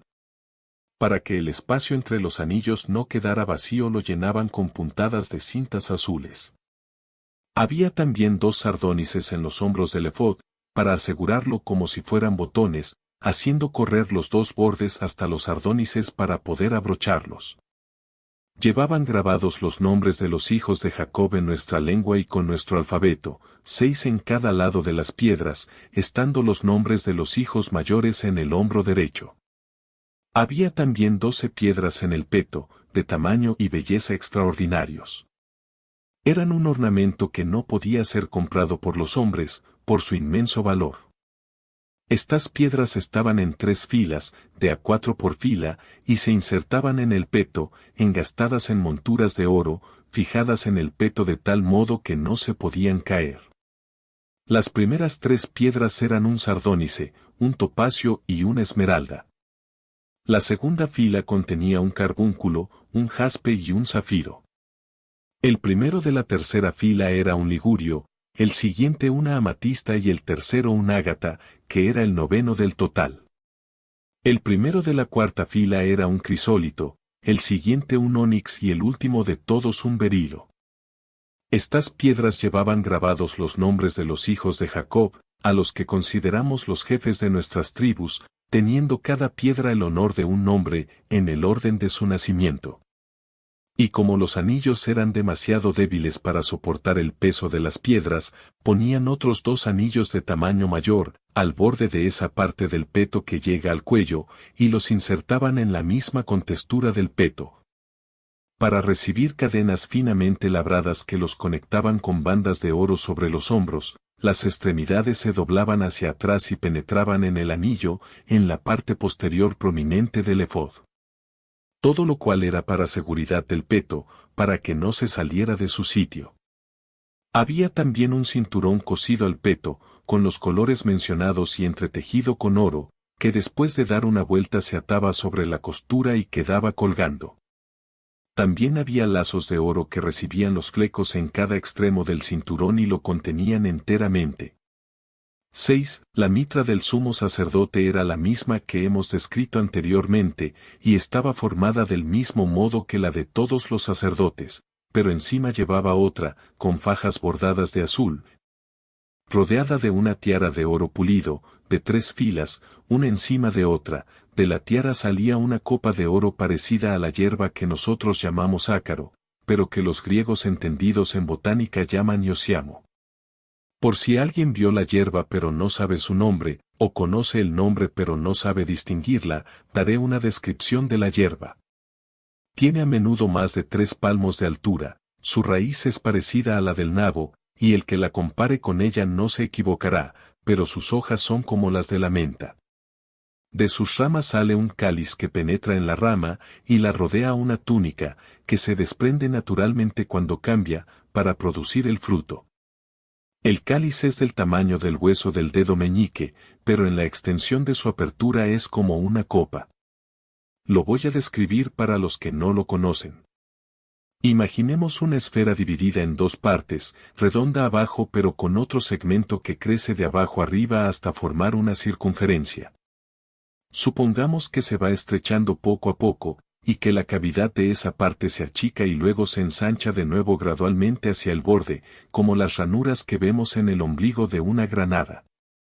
La recubre una túnica hemisférica, que parece torneada, y que sube hacia arriba por los gajos que, como dije, crecen como en las granadas, solo que son agudos y terminan únicamente en púas. Este manto del cáliz preserva el fruto, que es como la semilla de la hierba sideritis, deja salir una flor que puede parecerse a la de la amapola. Con el modelo de esta planta se hacía la corona, que iba desde la parte posterior de la cabeza hasta las sienes, pero el efielis, que así puede llamarse el cáliz, no cubría la frente, que estaba cubierta por una placa de oro con la inscripción del nombre de Dios en caracteres sagrados. Estos fueron los ornamentos del sumo sacerdote. 7. Uno podría sorprenderse por la mala voluntad que nos tienen los hombres que la explican afirmando que es porque despreciamos la deidad que ellos pretenden honrar. Porque si alguien considerase la hechura del tabernáculo y observase las vestimentas del sumo sacerdote y de los vasos que empleamos en nuestros servicios sagrados, descubriría que nuestro legislador fue un hombre divino y que somos injustamente reprochados. Porque si lo miraran sin prejuicio, y juzgaran rectamente estas cosas, hallarían que todas están hechas imitando el universo. Cuando Moisés dividió el tabernáculo en 3 partes, y señaló 2 para los sacerdotes, como sitio accesible y común, significó con ello la tierra y el mar, que son de acceso general para todos. Pero dejó aparte la tercera división para Dios, porque el cielo es inaccesible para el hombre. Y cuando ordenó que se colocaran 12 hogazas en una mesa, significó con ellas el año, dividido en otros tantos meses. Dividiendo el candelabro en 70 partes, indicó secretamente el decani, o las 70 divisiones de los planetas. En cuanto a las 7 lámparas del candelabro, se refieren al curso de los planetas que son de ese número. También las redomas, compuestas de 4 cosas, declaran los 4 elementos. El lino es apropiado para denotar la tierra, porque crece en la tierra, la púrpura significa el mar, porque de ese color se tiñe con la sangre de un marisco marino. El azul es adecuado para señalar el aire y el rojo indica naturalmente el fuego. Las vestimentas del sumo sacerdote, por el lino de que están hechas, señalan la tierra, el azul denota el cielo, siendo como relámpagos sus granadas y semejando a los truenos el sonido de las campanillas. En cuanto al efod, enseña que Dios hizo el universo con 4 elementos, el oro entretejido supongo que se refiere al esplendor con que se iluminan todas las cosas. Señaló también que se colocara el peto en el centro del efod, para asemejar la tierra, que ocupa el centro del mundo. El cinturón que rodea el cuerpo del sumo sacerdote significa el océano, que corre en redondo e incluye el universo. Cada sardónice nos declara al sol y a la luna, me refiero a los que hacen de botones en los hombros del sumo sacerdote. En cuanto a las 12 piedras, ya sea que las interpretemos como que son los meses o los signos de igual número de ese círculo que los griegos llaman el zodiaco, no nos equivocaremos en su sentido. La mitra, de color azul, me parece que significa el cielo. ¿De qué otro modo se podría inscribir en ella el nombre de Dios? Está adornada con una corona, de oro, por el esplendor con que Dios se regocija. Basta esta explicación por el momento, ya que en el curso de mi narración tendré a menudo y en muchas ocasiones la oportunidad de extenderme sobre las virtudes de nuestro legislador. Capítulo 8. El sacerdocio de Aarón. Consagración del tabernáculo. 1. Cuando se concluyó de construir el tabernáculo que ha sido descrito, sin haber sido consagradas todavía las ofrendas, Dios se apareció a Moisés y le ordenó que adjudicara el sumo sacerdocio a su hermano Aarón. Porque el mejor de todos ellos por su virtud merecía ese honor. Moisés reunió a la multitud, le dio un informe sobre la virtud de Aarón y su buena voluntad para con todos y de los peligros que había corrido por ellos. El pueblo testimonió su conformidad, y se mostró dispuesto a recibirlo. Moisés dijo, esta obra, israelitas, ha llegado a su fin, de la manera más aceptable para Dios, y de acuerdo con nuestra capacidad. Ahora, como debemos recibir a Dios en este tabernáculo, nos hará falta ante todo alguien que oficie por nosotros, y haga el servicio de los sacrificios y de las oraciones que habrá que elevar. Si la elección de esa persona se me hubiera dejado a mí, yo me habría creído digno de ese honor, porque todos los hombres están naturalmente encariñados consigo mismos. Y porque tengo conciencia de que he hecho mucho por vuestra liberación. Pero Dios mismo determinó que Aarón es digno de ese honor, y lo eligió para ser su sacerdote, sabiendo que es la persona más justa de todos vosotros. De modo que él se pondrá las vestimentas consagradas a Dios, él se ocupará de los altares y de hacer provisión para los sacrificios. Y es él quien elevará sus oraciones a Dios, que las escuchará de buena gana, no solo porque él es solícito para su nación, sino también porque las recibirá como ofrecidas por alguien que él mismo eligió para ese menester. Los hebreos estuvieron satisfechos con sus palabras y dieron su aprobación al que Dios había ordenado. Porque Aarón era de todos ellos el que más merecía ese honor, por sus propios valores, sus dones y profecías, y la virtud de su hermano. Tenía a la sazón 4 hijos, Nadab, Abiú, Eleazar e Itamar. Moisés le mandó que usara todos los elementos sobrantes de la construcción del tabernáculo, para cubrir el mismo tabernáculo, el candelabro, el altar del incienso y los otros vasos. De modo que no sufrieran daño cuando viajaran, por la lluvia o la tierra. Reunida la multitud de nuevo, ordenó que ofrecieran medio siclo cada uno como oblación a Dios. El siclo es una moneda de los hebreos y equivale a 4 dracmas atenienses. Obedecieron inmediatamente la orden de Moisés, siendo el número de los que ofrecieron 605.550. El dinero que trajeron los hombres que eran libres, fue donado por los que tenían más de 20 años y menos de 50. Lo que se recolectó se empleó para los usos del tabernáculo. 2. Moisés purificó el tabernáculo e hizo lo mismo con los sacerdotes, de la siguiente manera: ordenó que tomaran 500 siclos de mirra selecta, igual cantidad de casia y la mitad de ese peso de canela y cálamo. Una clase de especia dulce, que lo machacaran, lo mojaran con un hin de aceite de oliva. El hin es una medida de nuestra tierra, y contiene 2 congios atenienses, que lo mezclaran y lo pusieran a hervir. Luego que lo prepararan según el arte de la perfumería y formaran un ungüento de aroma suave. Luego untó a los sacerdotes y a todo el tabernáculo y los purificó. También había muchas clases de especias dulces que pertenecían al tabernáculo, y que eran de mucho precio y fueron llevados al altar dorado del incienso. No describo su naturaleza para no cansar a mis lectores. Pero el incienso había que ofrecerlo 2 veces por día, antes de la salida del sol y a la puesta del sol. Debían conservar también aceite purificado para las lámparas, 3 de las cuales debían alumbrar todo el día, en el candelero sagrado, ante Dios, y el resto debía ser encendido por la tarde.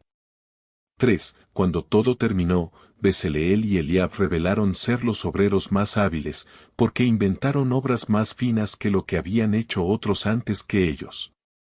Tenían gran aptitud para imaginar cosas que antes no se conocían. De los 2 Bezaleel fue considerado el mejor. El tiempo que emplearon en la obra fue de 7 meses, y con ello se cumplió el primer año de su salida de Egipto. Pero al comenzar el segundo año en el mes de Sántico, como lo llaman los macedonios, y Nisán, como lo llaman los hebreos, en la luna nueva, consagraron el tabernáculo y todos sus vasos que ya he descrito. 4. Dios se mostró satisfecho con la obra de los hebreos, y no dejó que su trabajo fuera en vano, ni desdeñó usar lo que habían hecho, y bajó a habitar con ellos instalándose en la casa santa.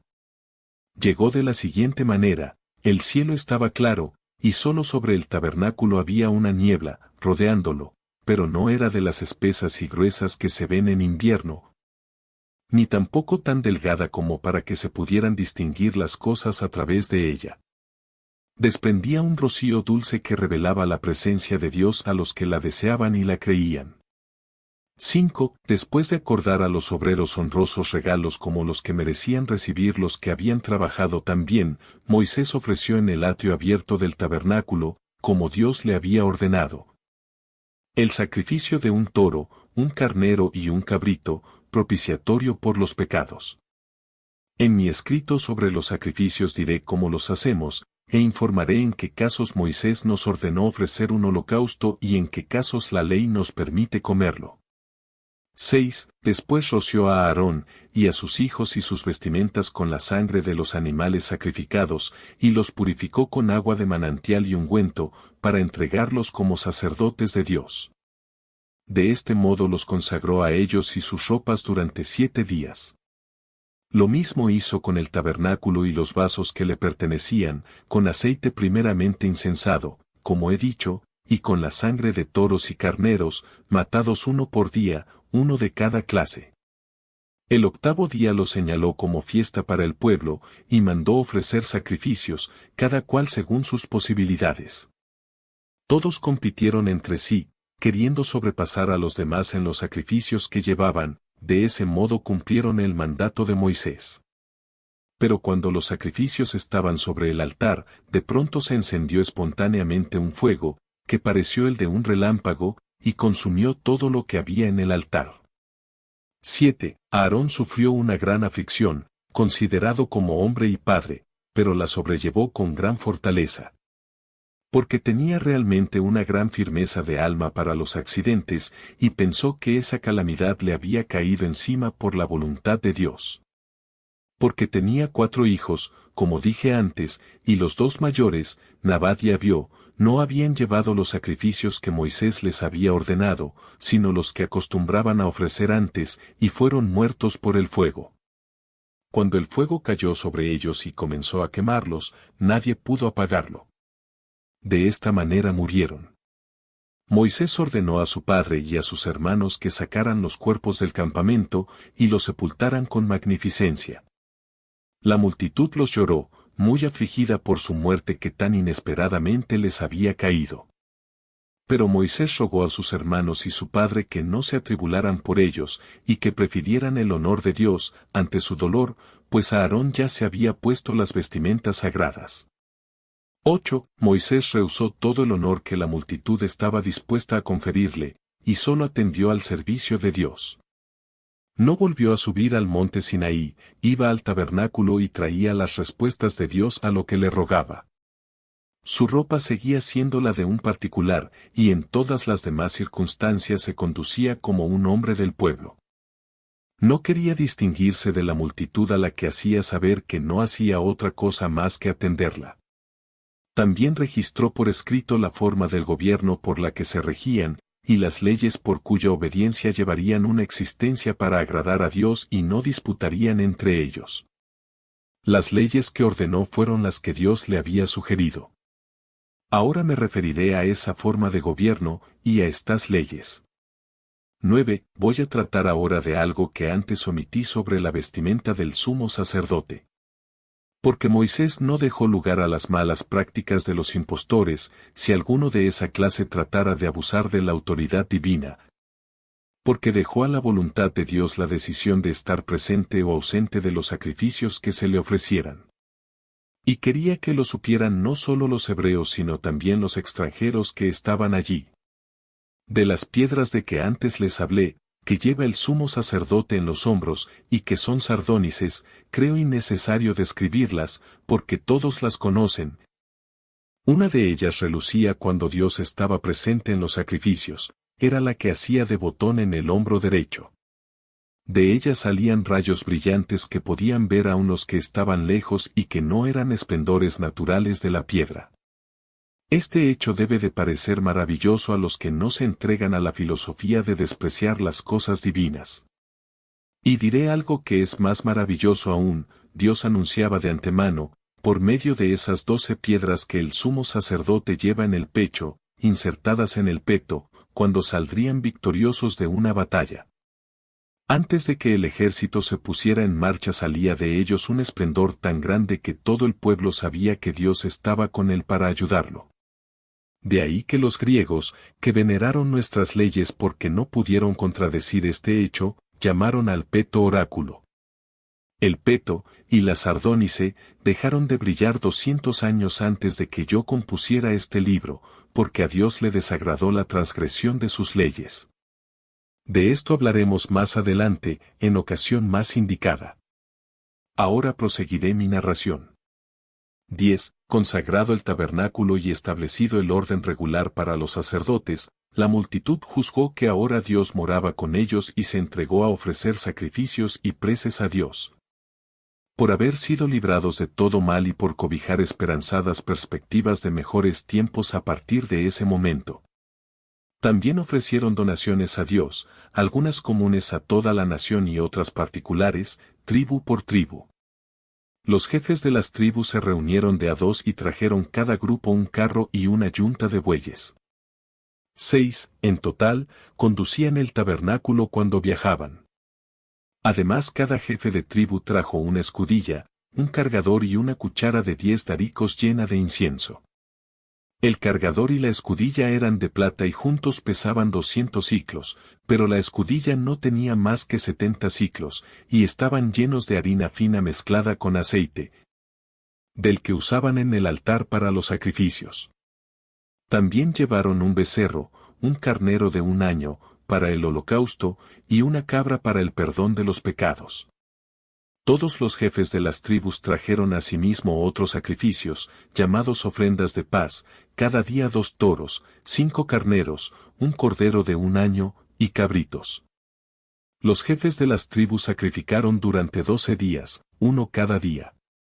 Moisés no volvió a subir al monte Sinaí, pero penetraba en el tabernáculo y Dios le informaba lo que debían hacer y las leyes que había que emitir, leyes que eran preferibles a las que ideaba el entendimiento humano.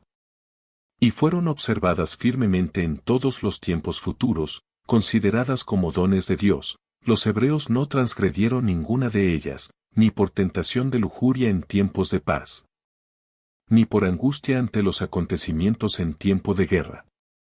Pero aquí no diré nada más sobre ellas, porque he resuelto redactar otro libro referente a nuestras leyes.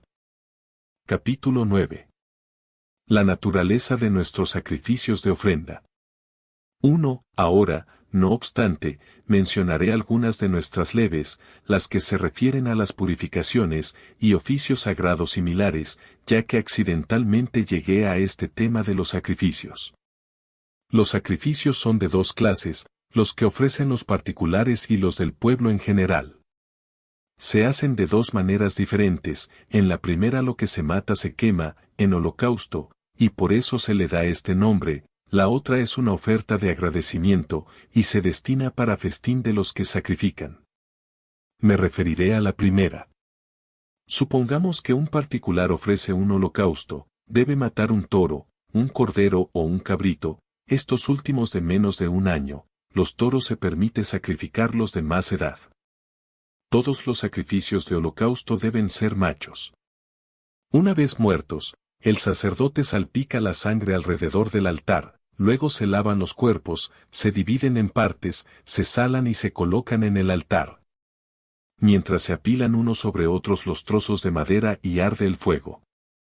Luego se lavan las patas de los sacrificios y las entrañas, cuidadosamente, y se agregan al resto para ser expurgados por el fuego. El sacerdote recibe los pellejos. Esta es la forma de ofrecer un holocausto. 2. Los que hacen ofrendas de agradecimiento, sacrifican en realidad los mismos animales, pero tienen que ser inmaculados y de más de 1 año, pueden elegir machos o hembras. También salpican el altar con la sangre, pero ponen en el altar los riñones, los redaños, toda la grasa, el lóbulo del hígado y las nalgas del cordero, luego, dando al sacerdote el pecho y la espalda derecha. Los oferentes comen durante 2 días el resto de la carne. Lo que queda lo queman. Los sacrificios por pecado son ofrecidos de la misma manera que los de agradecimiento.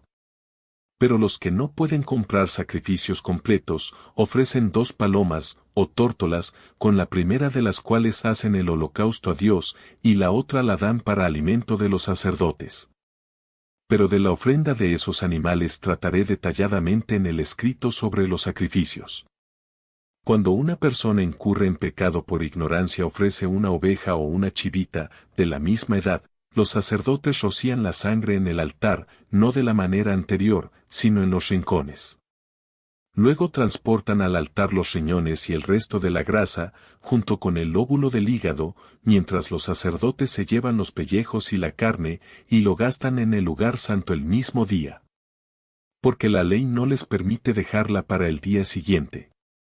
Pero si alguien peca, y tiene conciencia de haber pecado, pero nadie se lo puede probar, ofrece un carnero, como le ordena la ley, la carne se la comen los sacerdotes como la anterior, en el sitio sagrado, el mismo día.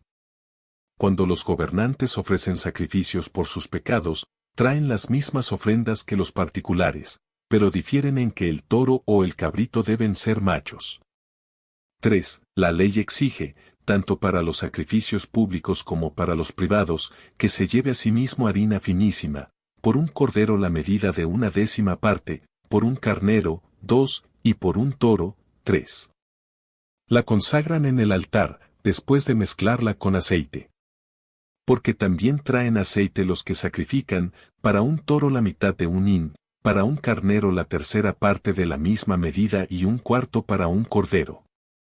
El hin es una antigua medida hebrea, y es el equivalente de 2 congios atenienses. Traen la misma cantidad de aceite que de vino, y echan el vino por el altar, pero si alguien no ofrece un sacrificio completo de animales, y trae harina flor solo como voto, arroja un puñado sobre el altar como primicia.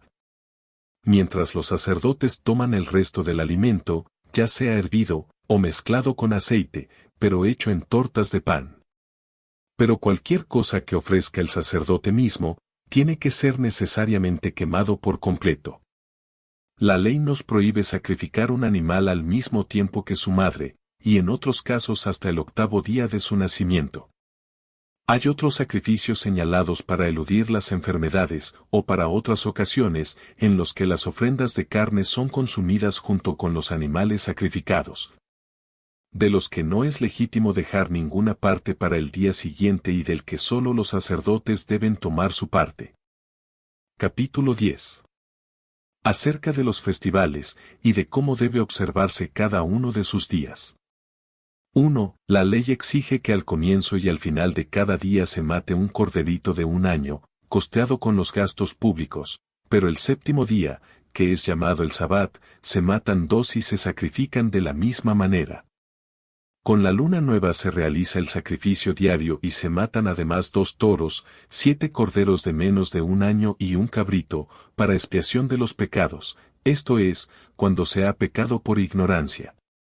2. Pero el 7º mes, que los macedonios llaman hiperbereteo, hacen un agregado a los que nombramos y sacrifican un toro, un carnero, 7 corderos y un cabrito, por los pecados. 3. El 10º día del mismo mes lunar, hacen un festín que dura hasta la noche, ese día sacrifican un toro, 2 carneros, 7 corderos y un cabrito, por los pecados. Traen además 2 cabritos, uno de los cuales es enviado vivo hacia el desierto, fuera de los límites del campamento, como chivo emisario y para expiar los pecados de toda la multitud. El otro es llevado a un sitio muy limpio dentro de los límites del campamento donde es quemado con la piel, sin lavado de ninguna clase. Junto con el chivo queman un toro, traído no por el pueblo sino por el sumo sacerdote, por su cuenta, toro del que, una vez muerto, transporta la sangre al lugar santo, junto con la sangre del cabrito. Y salpica el techo con los dedos 7 veces, lo mismo que el pavimento, y luego el sitio más sagrado y alrededor del altar dorado. Finalmente la lleva al patio abierto y salpica alrededor del gran altar. Aparte de esto se colocan las extremidades, los riñones y la grasa, con el lóbulo del hígado, en el altar. El sumo sacerdote presenta del mismo modo un carnero a Dios como holocausto. El 15º día del mismo mes, cuando comienza la estación del invierno, la ley nos ordena instalar tabernáculos en todas las casas, para preservarnos del frío de esa época del año. Y también que cuando lleguemos a nuestro país, a la ciudad que entonces tendremos por metrópoli, porque en ella edificaremos el templo, y que cuando celebremos un festival de 8 días, ofreciendo holocaustos y sacrificando ofrendas de agradecimiento, llevemos en las manos una rama de mirto y sauce, y un ramo de la palmera con el agregado de la sidra. Y que el holocausto del primero de esos días sea un sacrificio de 30 toros, 14 corderos y 15 carneros, con el agregado de un cabrito, como expiación de pecados. Los días siguientes el mismo número de corderos y de carneros, con los cabritos, pero disminuyendo los toros en uno por día hasta que solo sean 7. El octavo día se abandona todo el trabajo y entonces, como dijimos antes, se sacrifica a Dios un toro, un carnero y 7 corderos, con un cabrito para expiación de pecados. Esta es la solemnidad habitual de los hebreos, que cumplen cuando instalan los tabernáculos. 4. El mes de Sántico, que nosotros llamamos Nisán y es el comienzo de nuestro año, el 14º día del mes lunar, cuando el sol se halla en Aries. Porque en este mes fue cuando fuimos libertados de la esclavitud de Egipto, la ley ordena que todos los años matemos el mismo sacrificio que como les dije antes habíamos matado al salir de Egipto y que llamamos la Pascua. Celebramos, pues, la Pascua en compañía, sin dejar nada de lo que sacrificamos para el día siguiente. La fiesta del pan ácimo sucede al de la Pascua y cae el 15º día del mes y continúa durante 7 días, durante los cuales nos alimentamos de pan ácimo. Cada uno de estos días se matan 2 toros, un carnero y 7 corderos. Los carneros se queman enteramente, además del cabrito que se añade al resto, para los pecados, porque el propósito es que sea una fiesta para el sacerdote durante todos esos días. 5. El segundo día del pan ácimo, que es el 16º del mes, se participa por primera vez de los frutos de la tierra, porque antes de ese día no se tocan. Se considera apropiado honrar a Dios, de quien se obtiene una abundante provisión, ofreciendo la primicia de la cebada de la siguiente manera: se toma un puñado de espigas, se secan y se machacan, separando la cebada del afrecho. Luego se lleva una 10ª parte al altar, ante Dios, y arrojando un puñado al fuego, se deja el resto para uso del sacerdote. Después de esto se puede recoger la cosecha, pública o privadamente. Con esta participación de las primicias de la tierra se sacrifica un cordero, como holocausto a Dios. 6. Transcurridas una semana de semanas después del sacrificio, semana que contiene 49 días, el 50º día, que es Pentecostés pero que los hebreos llaman Azarla, que significa también Pentecostés. Se trae ante Dios una hogaza, hecha con harina de trigo, de 2/10 partes, con levadura, y 2 corderos para sacrificar. Una vez que han sido presentados a Dios son preparados para la cena de los sacerdotes, no siendo permitido dejar nada para el día siguiente. También se matan 3 bueyes para holocausto, y 2 carneros, y 14 corderos con 2 cabritos por los pecados. No hay un solo festival sin ofrendas de holocaustos, y se permite también descansar en cada uno de ellos. Concordantemente la ley determina las clases de sacrificios que deben hacerse en cada festival, y el descanso absoluto que en cada uno de ellos debe tomarse. Los sacrificios se hacen para celebrar festines.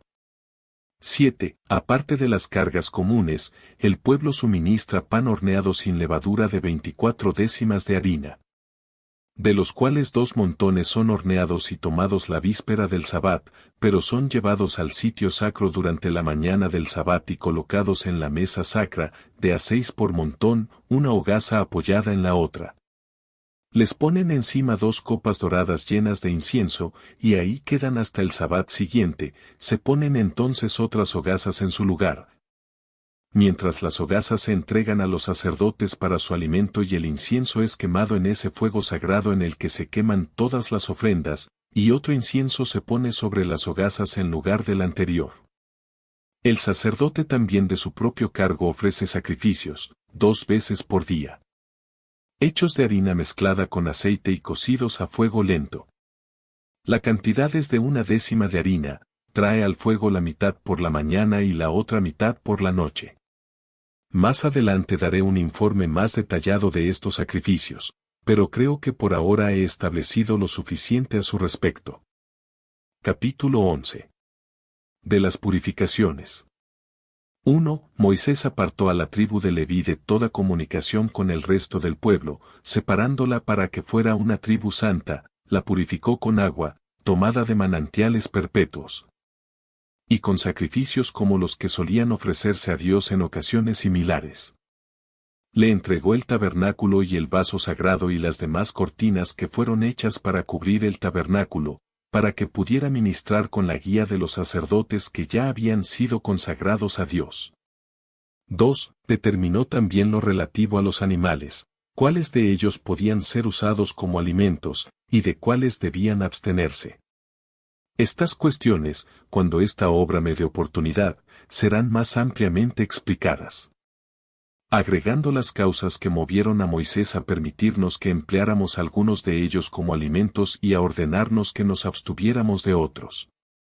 Pero nos prohibió completamente que usáramos como alimento la sangre, la que consideró que contiene el alma y el espíritu. También nos prohibió comer carne de animales muertos por sí mismos, y el redaño y la grasa de cabras, ovejas y toros. 3. Ordenó también que aquellos cuyos cuerpos sufrieran de lepra, y los que tuviesen gonorrea, no entraran en la ciudad. Más aún, alejó a las mujeres, cuando tenían sus purgaciones naturales, hasta el 7º día. Después de lo cual las consideraba puras y les permitía volver. La ley permite también a los que han asistido a funerales que vuelvan cuando ha pasado el mismo número de días. Pero si alguien continúa después de ese lapso en estado de polución, la ley señala la ofrenda de 2 corderos como sacrificio. Uno de los cuales debe ser purificado por el fuego mientras que el otro lo toman para ellos los sacerdotes. Del mismo modo sacrifican los que han tenido gonorrea. El que derrama el semen, durmiendo, si se sumerge en agua fría tiene el mismo derecho que el que se ha acompañado legítimamente con su esposa. En cuanto a los leprosos, no les permitió entrar en la ciudad de ningún modo, ni vivir con los demás, como si fueran efectivamente personas muertas, pero si alguno obtenía, por oración a Dios, el restablecimiento de su enfermedad y recuperaba su estado de salud, daba gracias a Dios con varias clases de sacrificios, acerca de los cuales hablaremos luego. 4. Por eso uno no puede menos que sonreír ante aquellos que afirman que Moisés estaba afectado de lepra cuando salió de Egipto, y que se hizo conductor de los que por igual razón abandonaron el país, llevándolos al país de Canaán. Porque si hubiese sido cierto, Moisés no habría hecho esas leyes para su propio deshonor, siendo más probable que se hubiera opuesto a su aprobación si otros hubiesen tratado de introducirlas. Hay leprosos en muchos países que sin embargo son honrados, y no solo libres de reproches y exclusión, los hubo que fueron grandes jefes de ejércitos y se les confiaron altas funciones en la comunidad. Y tuvieron el privilegio de entrar en sitios sagrados y en templos. De modo que nada impedía que si Moisés o la multitud que estaba con él hubiesen estado sujetos a esa desgracia en el estado de la piel, que hiciese el legislador leyes favorables a los leprosos en lugar dificultades. Por consiguiente es claro que es sólo por violentos prejuicios que afirman esas cosas de nosotros. En cuanto a Moisés, estaba exento de ese mal, del que también estimando cosa feliz que los hombres fueran prudentes en los estaba libre el pueblo, e hizo las leyes con referencia a otros que asuntos del matrimonio. Y que era provechoso para las ciudades lo sufrían, por el honor de Dios. Que cada cual juzgue este asunto y las familias que los hijos se supieran legítimos.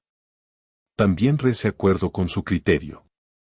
5. En cuanto a las mujeres, a las que habían dado a luz un niño les prohibió entrar en el templo y tocar los sacrificios antes de que pasaran 40 días. Moisés decía que la madre no podía entrar hasta el doble de aquel número de días. También prohibió que un hombre se acostara con su mujer cuando estaba profanada por su natural purgación, del mismo modo, acostarse con la esposa del padre y con las tías, hermanas y nueras lo señaló como ejemplo de abominable vileza. Después del lapso señalado, podían entrar a ofrecer sacrificios, que los sacerdotes consagraban a Dios. Capítulo 12. Diversas leyes. 1. En cuanto al adulterio, Moisés lo prohibió completamente, estimando cosa feliz que los hombres fueran prudentes en los asuntos del matrimonio. Y que era provechoso para las ciudades y las familias que los hijos se supieran legítimos. También repudió el incesto de los hombres con sus madres como uno de los crímenes más grandes, del mismo modo, acostarse con la esposa del padre y con las tías, hermanas y nueras lo señaló como ejemplo de abominable vileza. También prohibió que un hombre se acostara con su mujer cuando estaba profanada por su natural purgación, y que se juntara con bestias, y que aspirara a acostarse con hombres, todo lo cual era perseguir placeres ilegítimos. A los culpables de esa conducta insolente ordenó castigarlos con la muerte. 2. En cuanto a los sacerdotes, les prescribió doble grado de pureza, porque les prohibió todo lo anterior y no les permitió casarse con rameras. También les prohibió casarse con esclavas o con cautivas, y con las que se ganan la vida con el comercio de engaños o con posadas, y también con mujeres separadas por cualquier causa de sus maridos. Más aún, consideró inapropiado para el sumo sacerdote casarse hasta con una viuda, aunque se lo permitió a los sacerdotes, y solo lo autorizó a contraer enlace con una virgen y a retenerla. Tampoco puede el sumo sacerdote acercarse a un muerto, aunque a los demás no se les prohíbe acercarse a sus hermanos o padres o hijos muertos. Los sacerdotes no deben tener ningún defecto físico. Ordenó que el sacerdote que adoleciese de alguna mácula obtuviera su parte de alimentos, pero le prohibió subir al altar o entrar en la casa santa. También les ordenó que no solo observaran pureza en sus sagrados ministerios sino también en su conversación diaria, la que debía ser intachable. Por eso los que visten los ropajes sacerdotales son hombres sin mancha y eminentes por su pureza y sobriedad. No se les permite beber vino mientras lleven la ropa. Además deben ofrecer sacrificios sanos, que no tengan ningún defecto. 3. Moisés les dio todos esos preceptos, que fueron observados mientras vivió. Pero aunque vivió en el desierto proveyó no obstante la manera de que observaran las mismas leyes cuando hubiesen tomado la tierra de Canaán. Dispuso entonces que cada 7 años, la tierra descansara y no fuera arada ni sembrada, lo mismo que había prescrito a los hombres que descansaran del trabajo cada 7 días. Y ordenó que en esa oportunidad lo que crezca espontáneamente en la tierra perteneciera en común a todos los que quisieran emplearlo, sin hacer distinción entre compatriotas y extranjeros. Y que hicieran lo mismo después de un lapso de 7 veces 7 años, o sea en un total de 50 años. El 50º año es llamado por los hebreos el jubileo, y en él los deudores quedan libres de sus deudas, y recobran la libertad los esclavos que se convirtieron en tales, aunque eran del mismo linaje.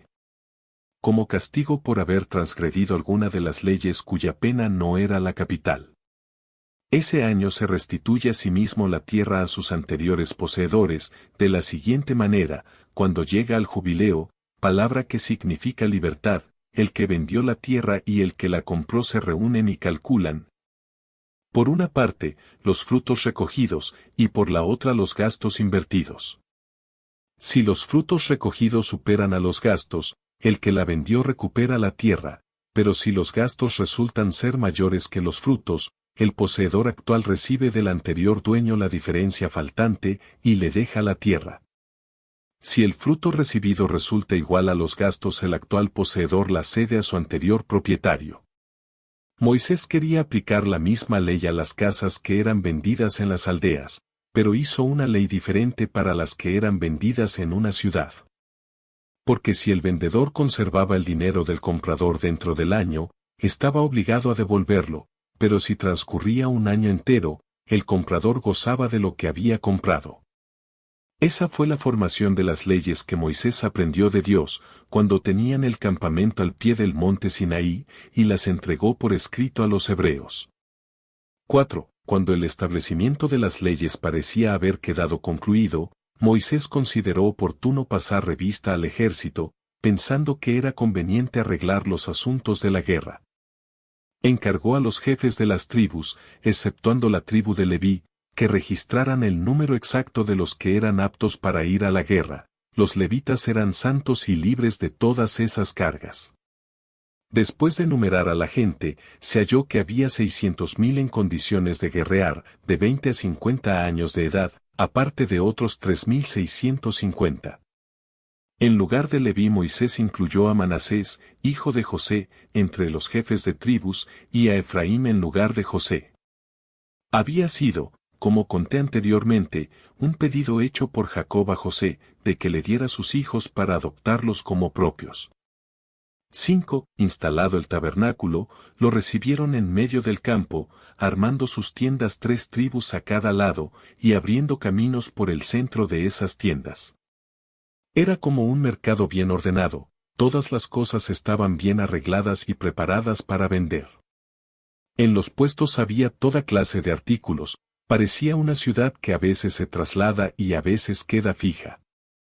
Los sacerdotes ocupaban el primer lugar junto al tabernáculo, venían luego los levitas, cuyos varones de más de 30 días de edad habían sido contados y sumaban 23.880.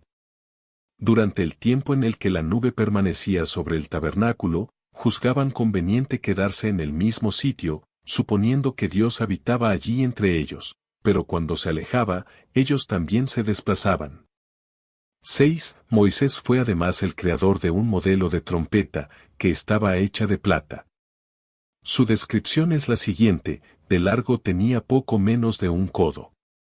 Estaba compuesta de un tubo angosto, algo más delgado que una flauta pero suficientemente ancho como para que pasara el aliento de la boca de un hombre.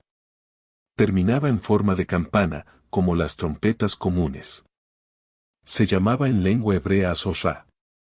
Hicieron 2, una de las cuales se hacía sonar cuando había que reunir a la multitud en congregación. Cuando la primera daba la señal, los jefes de las tribus debían juntarse para cambiar ideas sobre los asuntos de su competencia.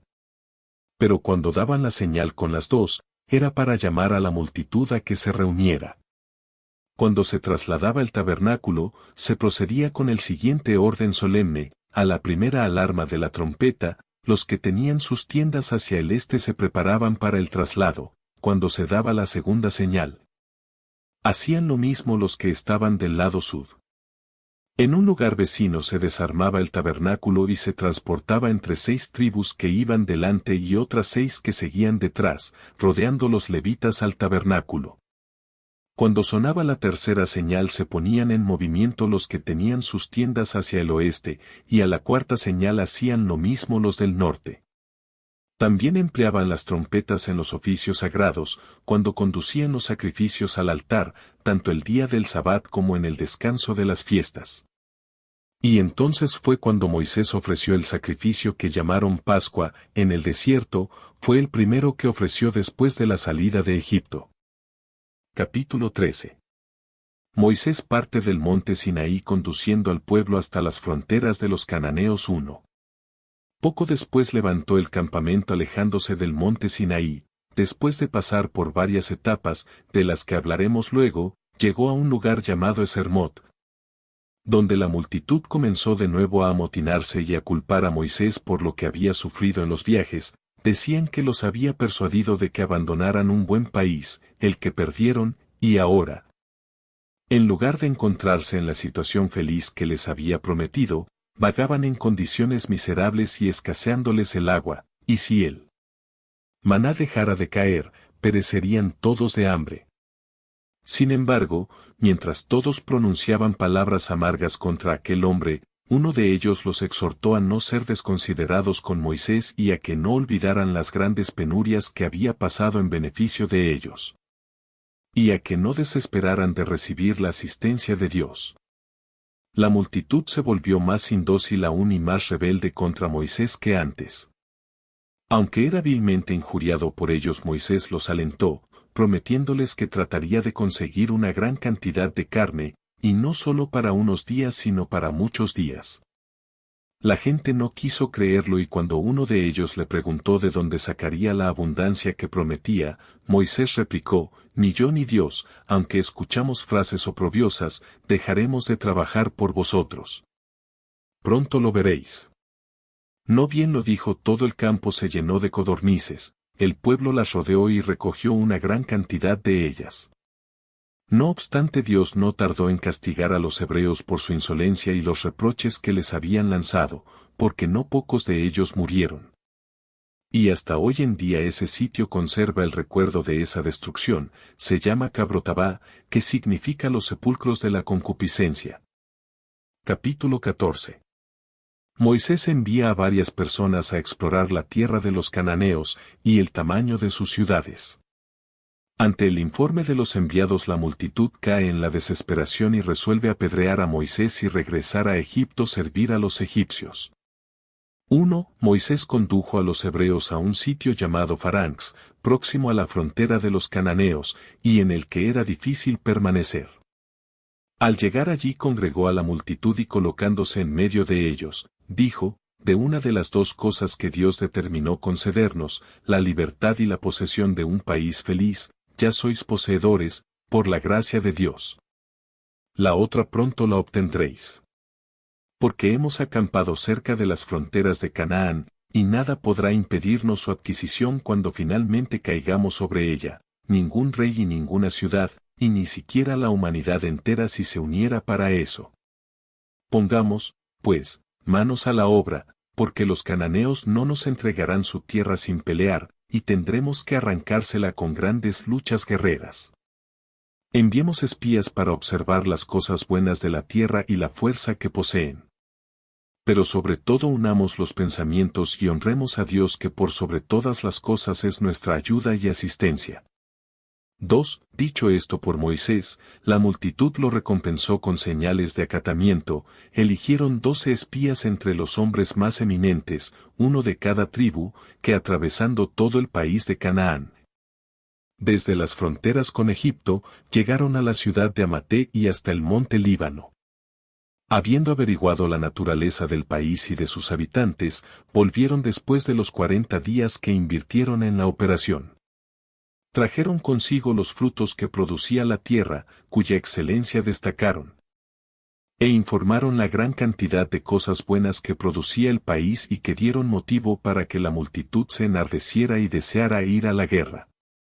Pero luego los aterrorizaron de nuevo al referirse a las grandes dificultades que ofrecería la conquista y al decirles que los ríos eran tan grandes y profundos que no podían ser atravesados, que las colinas eran tan altas que no se podía viajar por ellas y que las ciudades estaban protegidas por murallas y fortificaciones. También dijeron que habían encontrado en Hebrón a los descendientes de los gigantes. Cuando los espías enviados a observar la tierra de Canaán advirtieron que todas esas dificultades eran mayores que todas las que habían hallado desde su salida de Egipto, asustaron a la multitud. 3. Por las informaciones recibidas supusieron que sería imposible tomar posesión del país. La congregación se disolvió, pero los hombres, con sus mujeres y niños, siguieron lamentándose, como si Dios realmente no los asistiese y les diera solamente promesas. Volvieron a culpar a Moisés y levantaron una grita contra él y su hermano Aarón, el sumo sacerdote. Pasaron aquella noche muy mal, lanzándoles invectivas, y a la mañana siguiente se congregaron apresuradamente con el propósito de apedrear a Moisés y a Aarón y retornar a Egipto.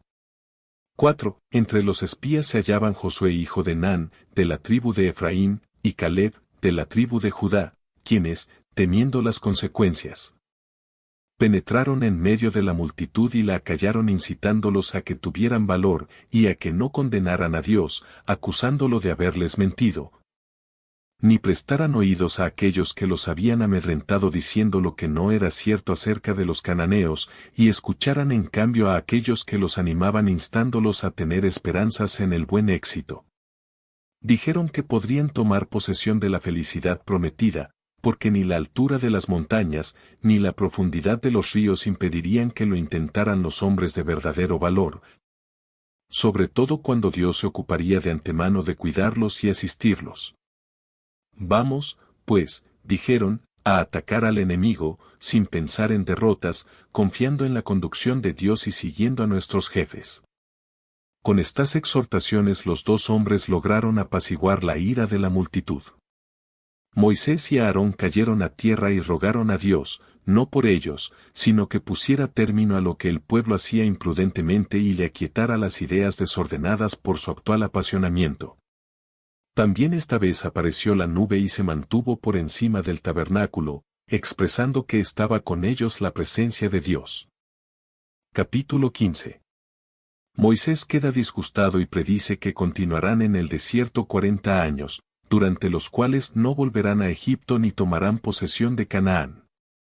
1. Moisés se acercó animosamente a la multitud y le informó que Dios, sacudido por sus injurias, la castigaría, no con la pena que merecían sus pecados sino con la que aplican los padres a sus hijos para corregirlos. Cuando estaba, dijo, en el tabernáculo, llorando por la destrucción que caería sobre ellos, Dios le recordó lo que había hecho por ellos y los beneficios que de él habían recibido. Y que sin embargo habían sido tan ingratos con él, que habían sido inducidos por el miedo de los espías a pensar que sus palabras eran más veraces que la promesa divina. Por eso, aunque no los destruiría por completo a todos, ni exterminaría enteramente a la nación, a la que por cierto había honrado más que a cualquier otra parte de la humanidad. No les permitiría tomar posesión de la tierra de Canaán, ni gozar de su felicidad, y los haría en cambio errar en el desierto, viviendo sin habitación fija y sin ciudad, durante 40 años, como castigo por su transgresión. Pero como había prometido dar el país a nuestros hijos, los haría poseedores a ellos de esas cosas buenas de que vosotros mismos os habéis despojado debido a vuestras incontenidas pasiones.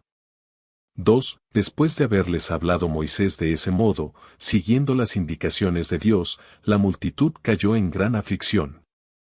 Rogaron a Moisés que tratara de reconciliarlos con Dios y que no los dejara seguir errando en el desierto, concediéndoles ciudades.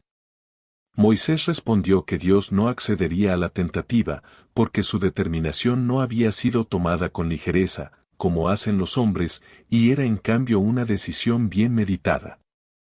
No dejaremos de creer que Moisés, que era un solo hombre, apaciguó a tantos millares de personas iracundas y las convirtió en gente de carácter suave, es que Dios estaba con él. Y le preparó el camino para que pudiera persuadir a la multitud.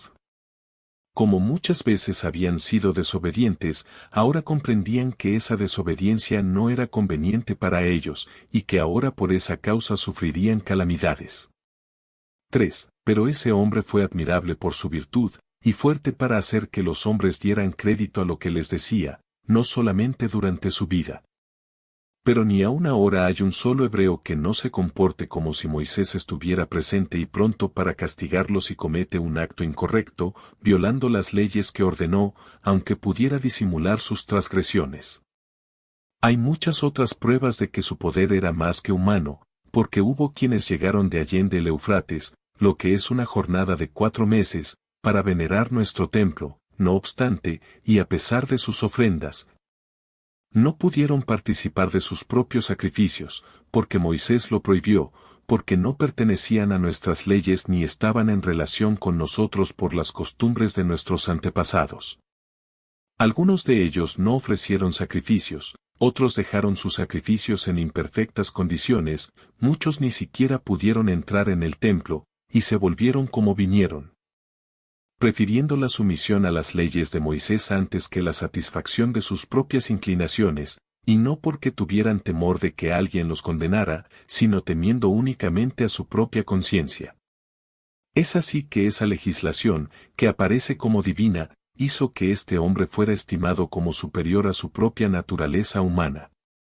Más aún, un poco antes de esta última guerra, cuando Claudio era emperador de los romanos e Ismael nuestro sumo sacerdote, y cuando un hambre muy grande nos había asaltado, hasta el punto que 1/10 se vendía por 4 dracmas, y cuando no menos de 70 coros de harina fueron llevados al templo en la fiesta del pan ácimo, o sea 31 medimnos sicilianos o 41 atenienses, ninguno de los sacerdotes comió ni una migaja aunque el país sufría una desgracia tan grande.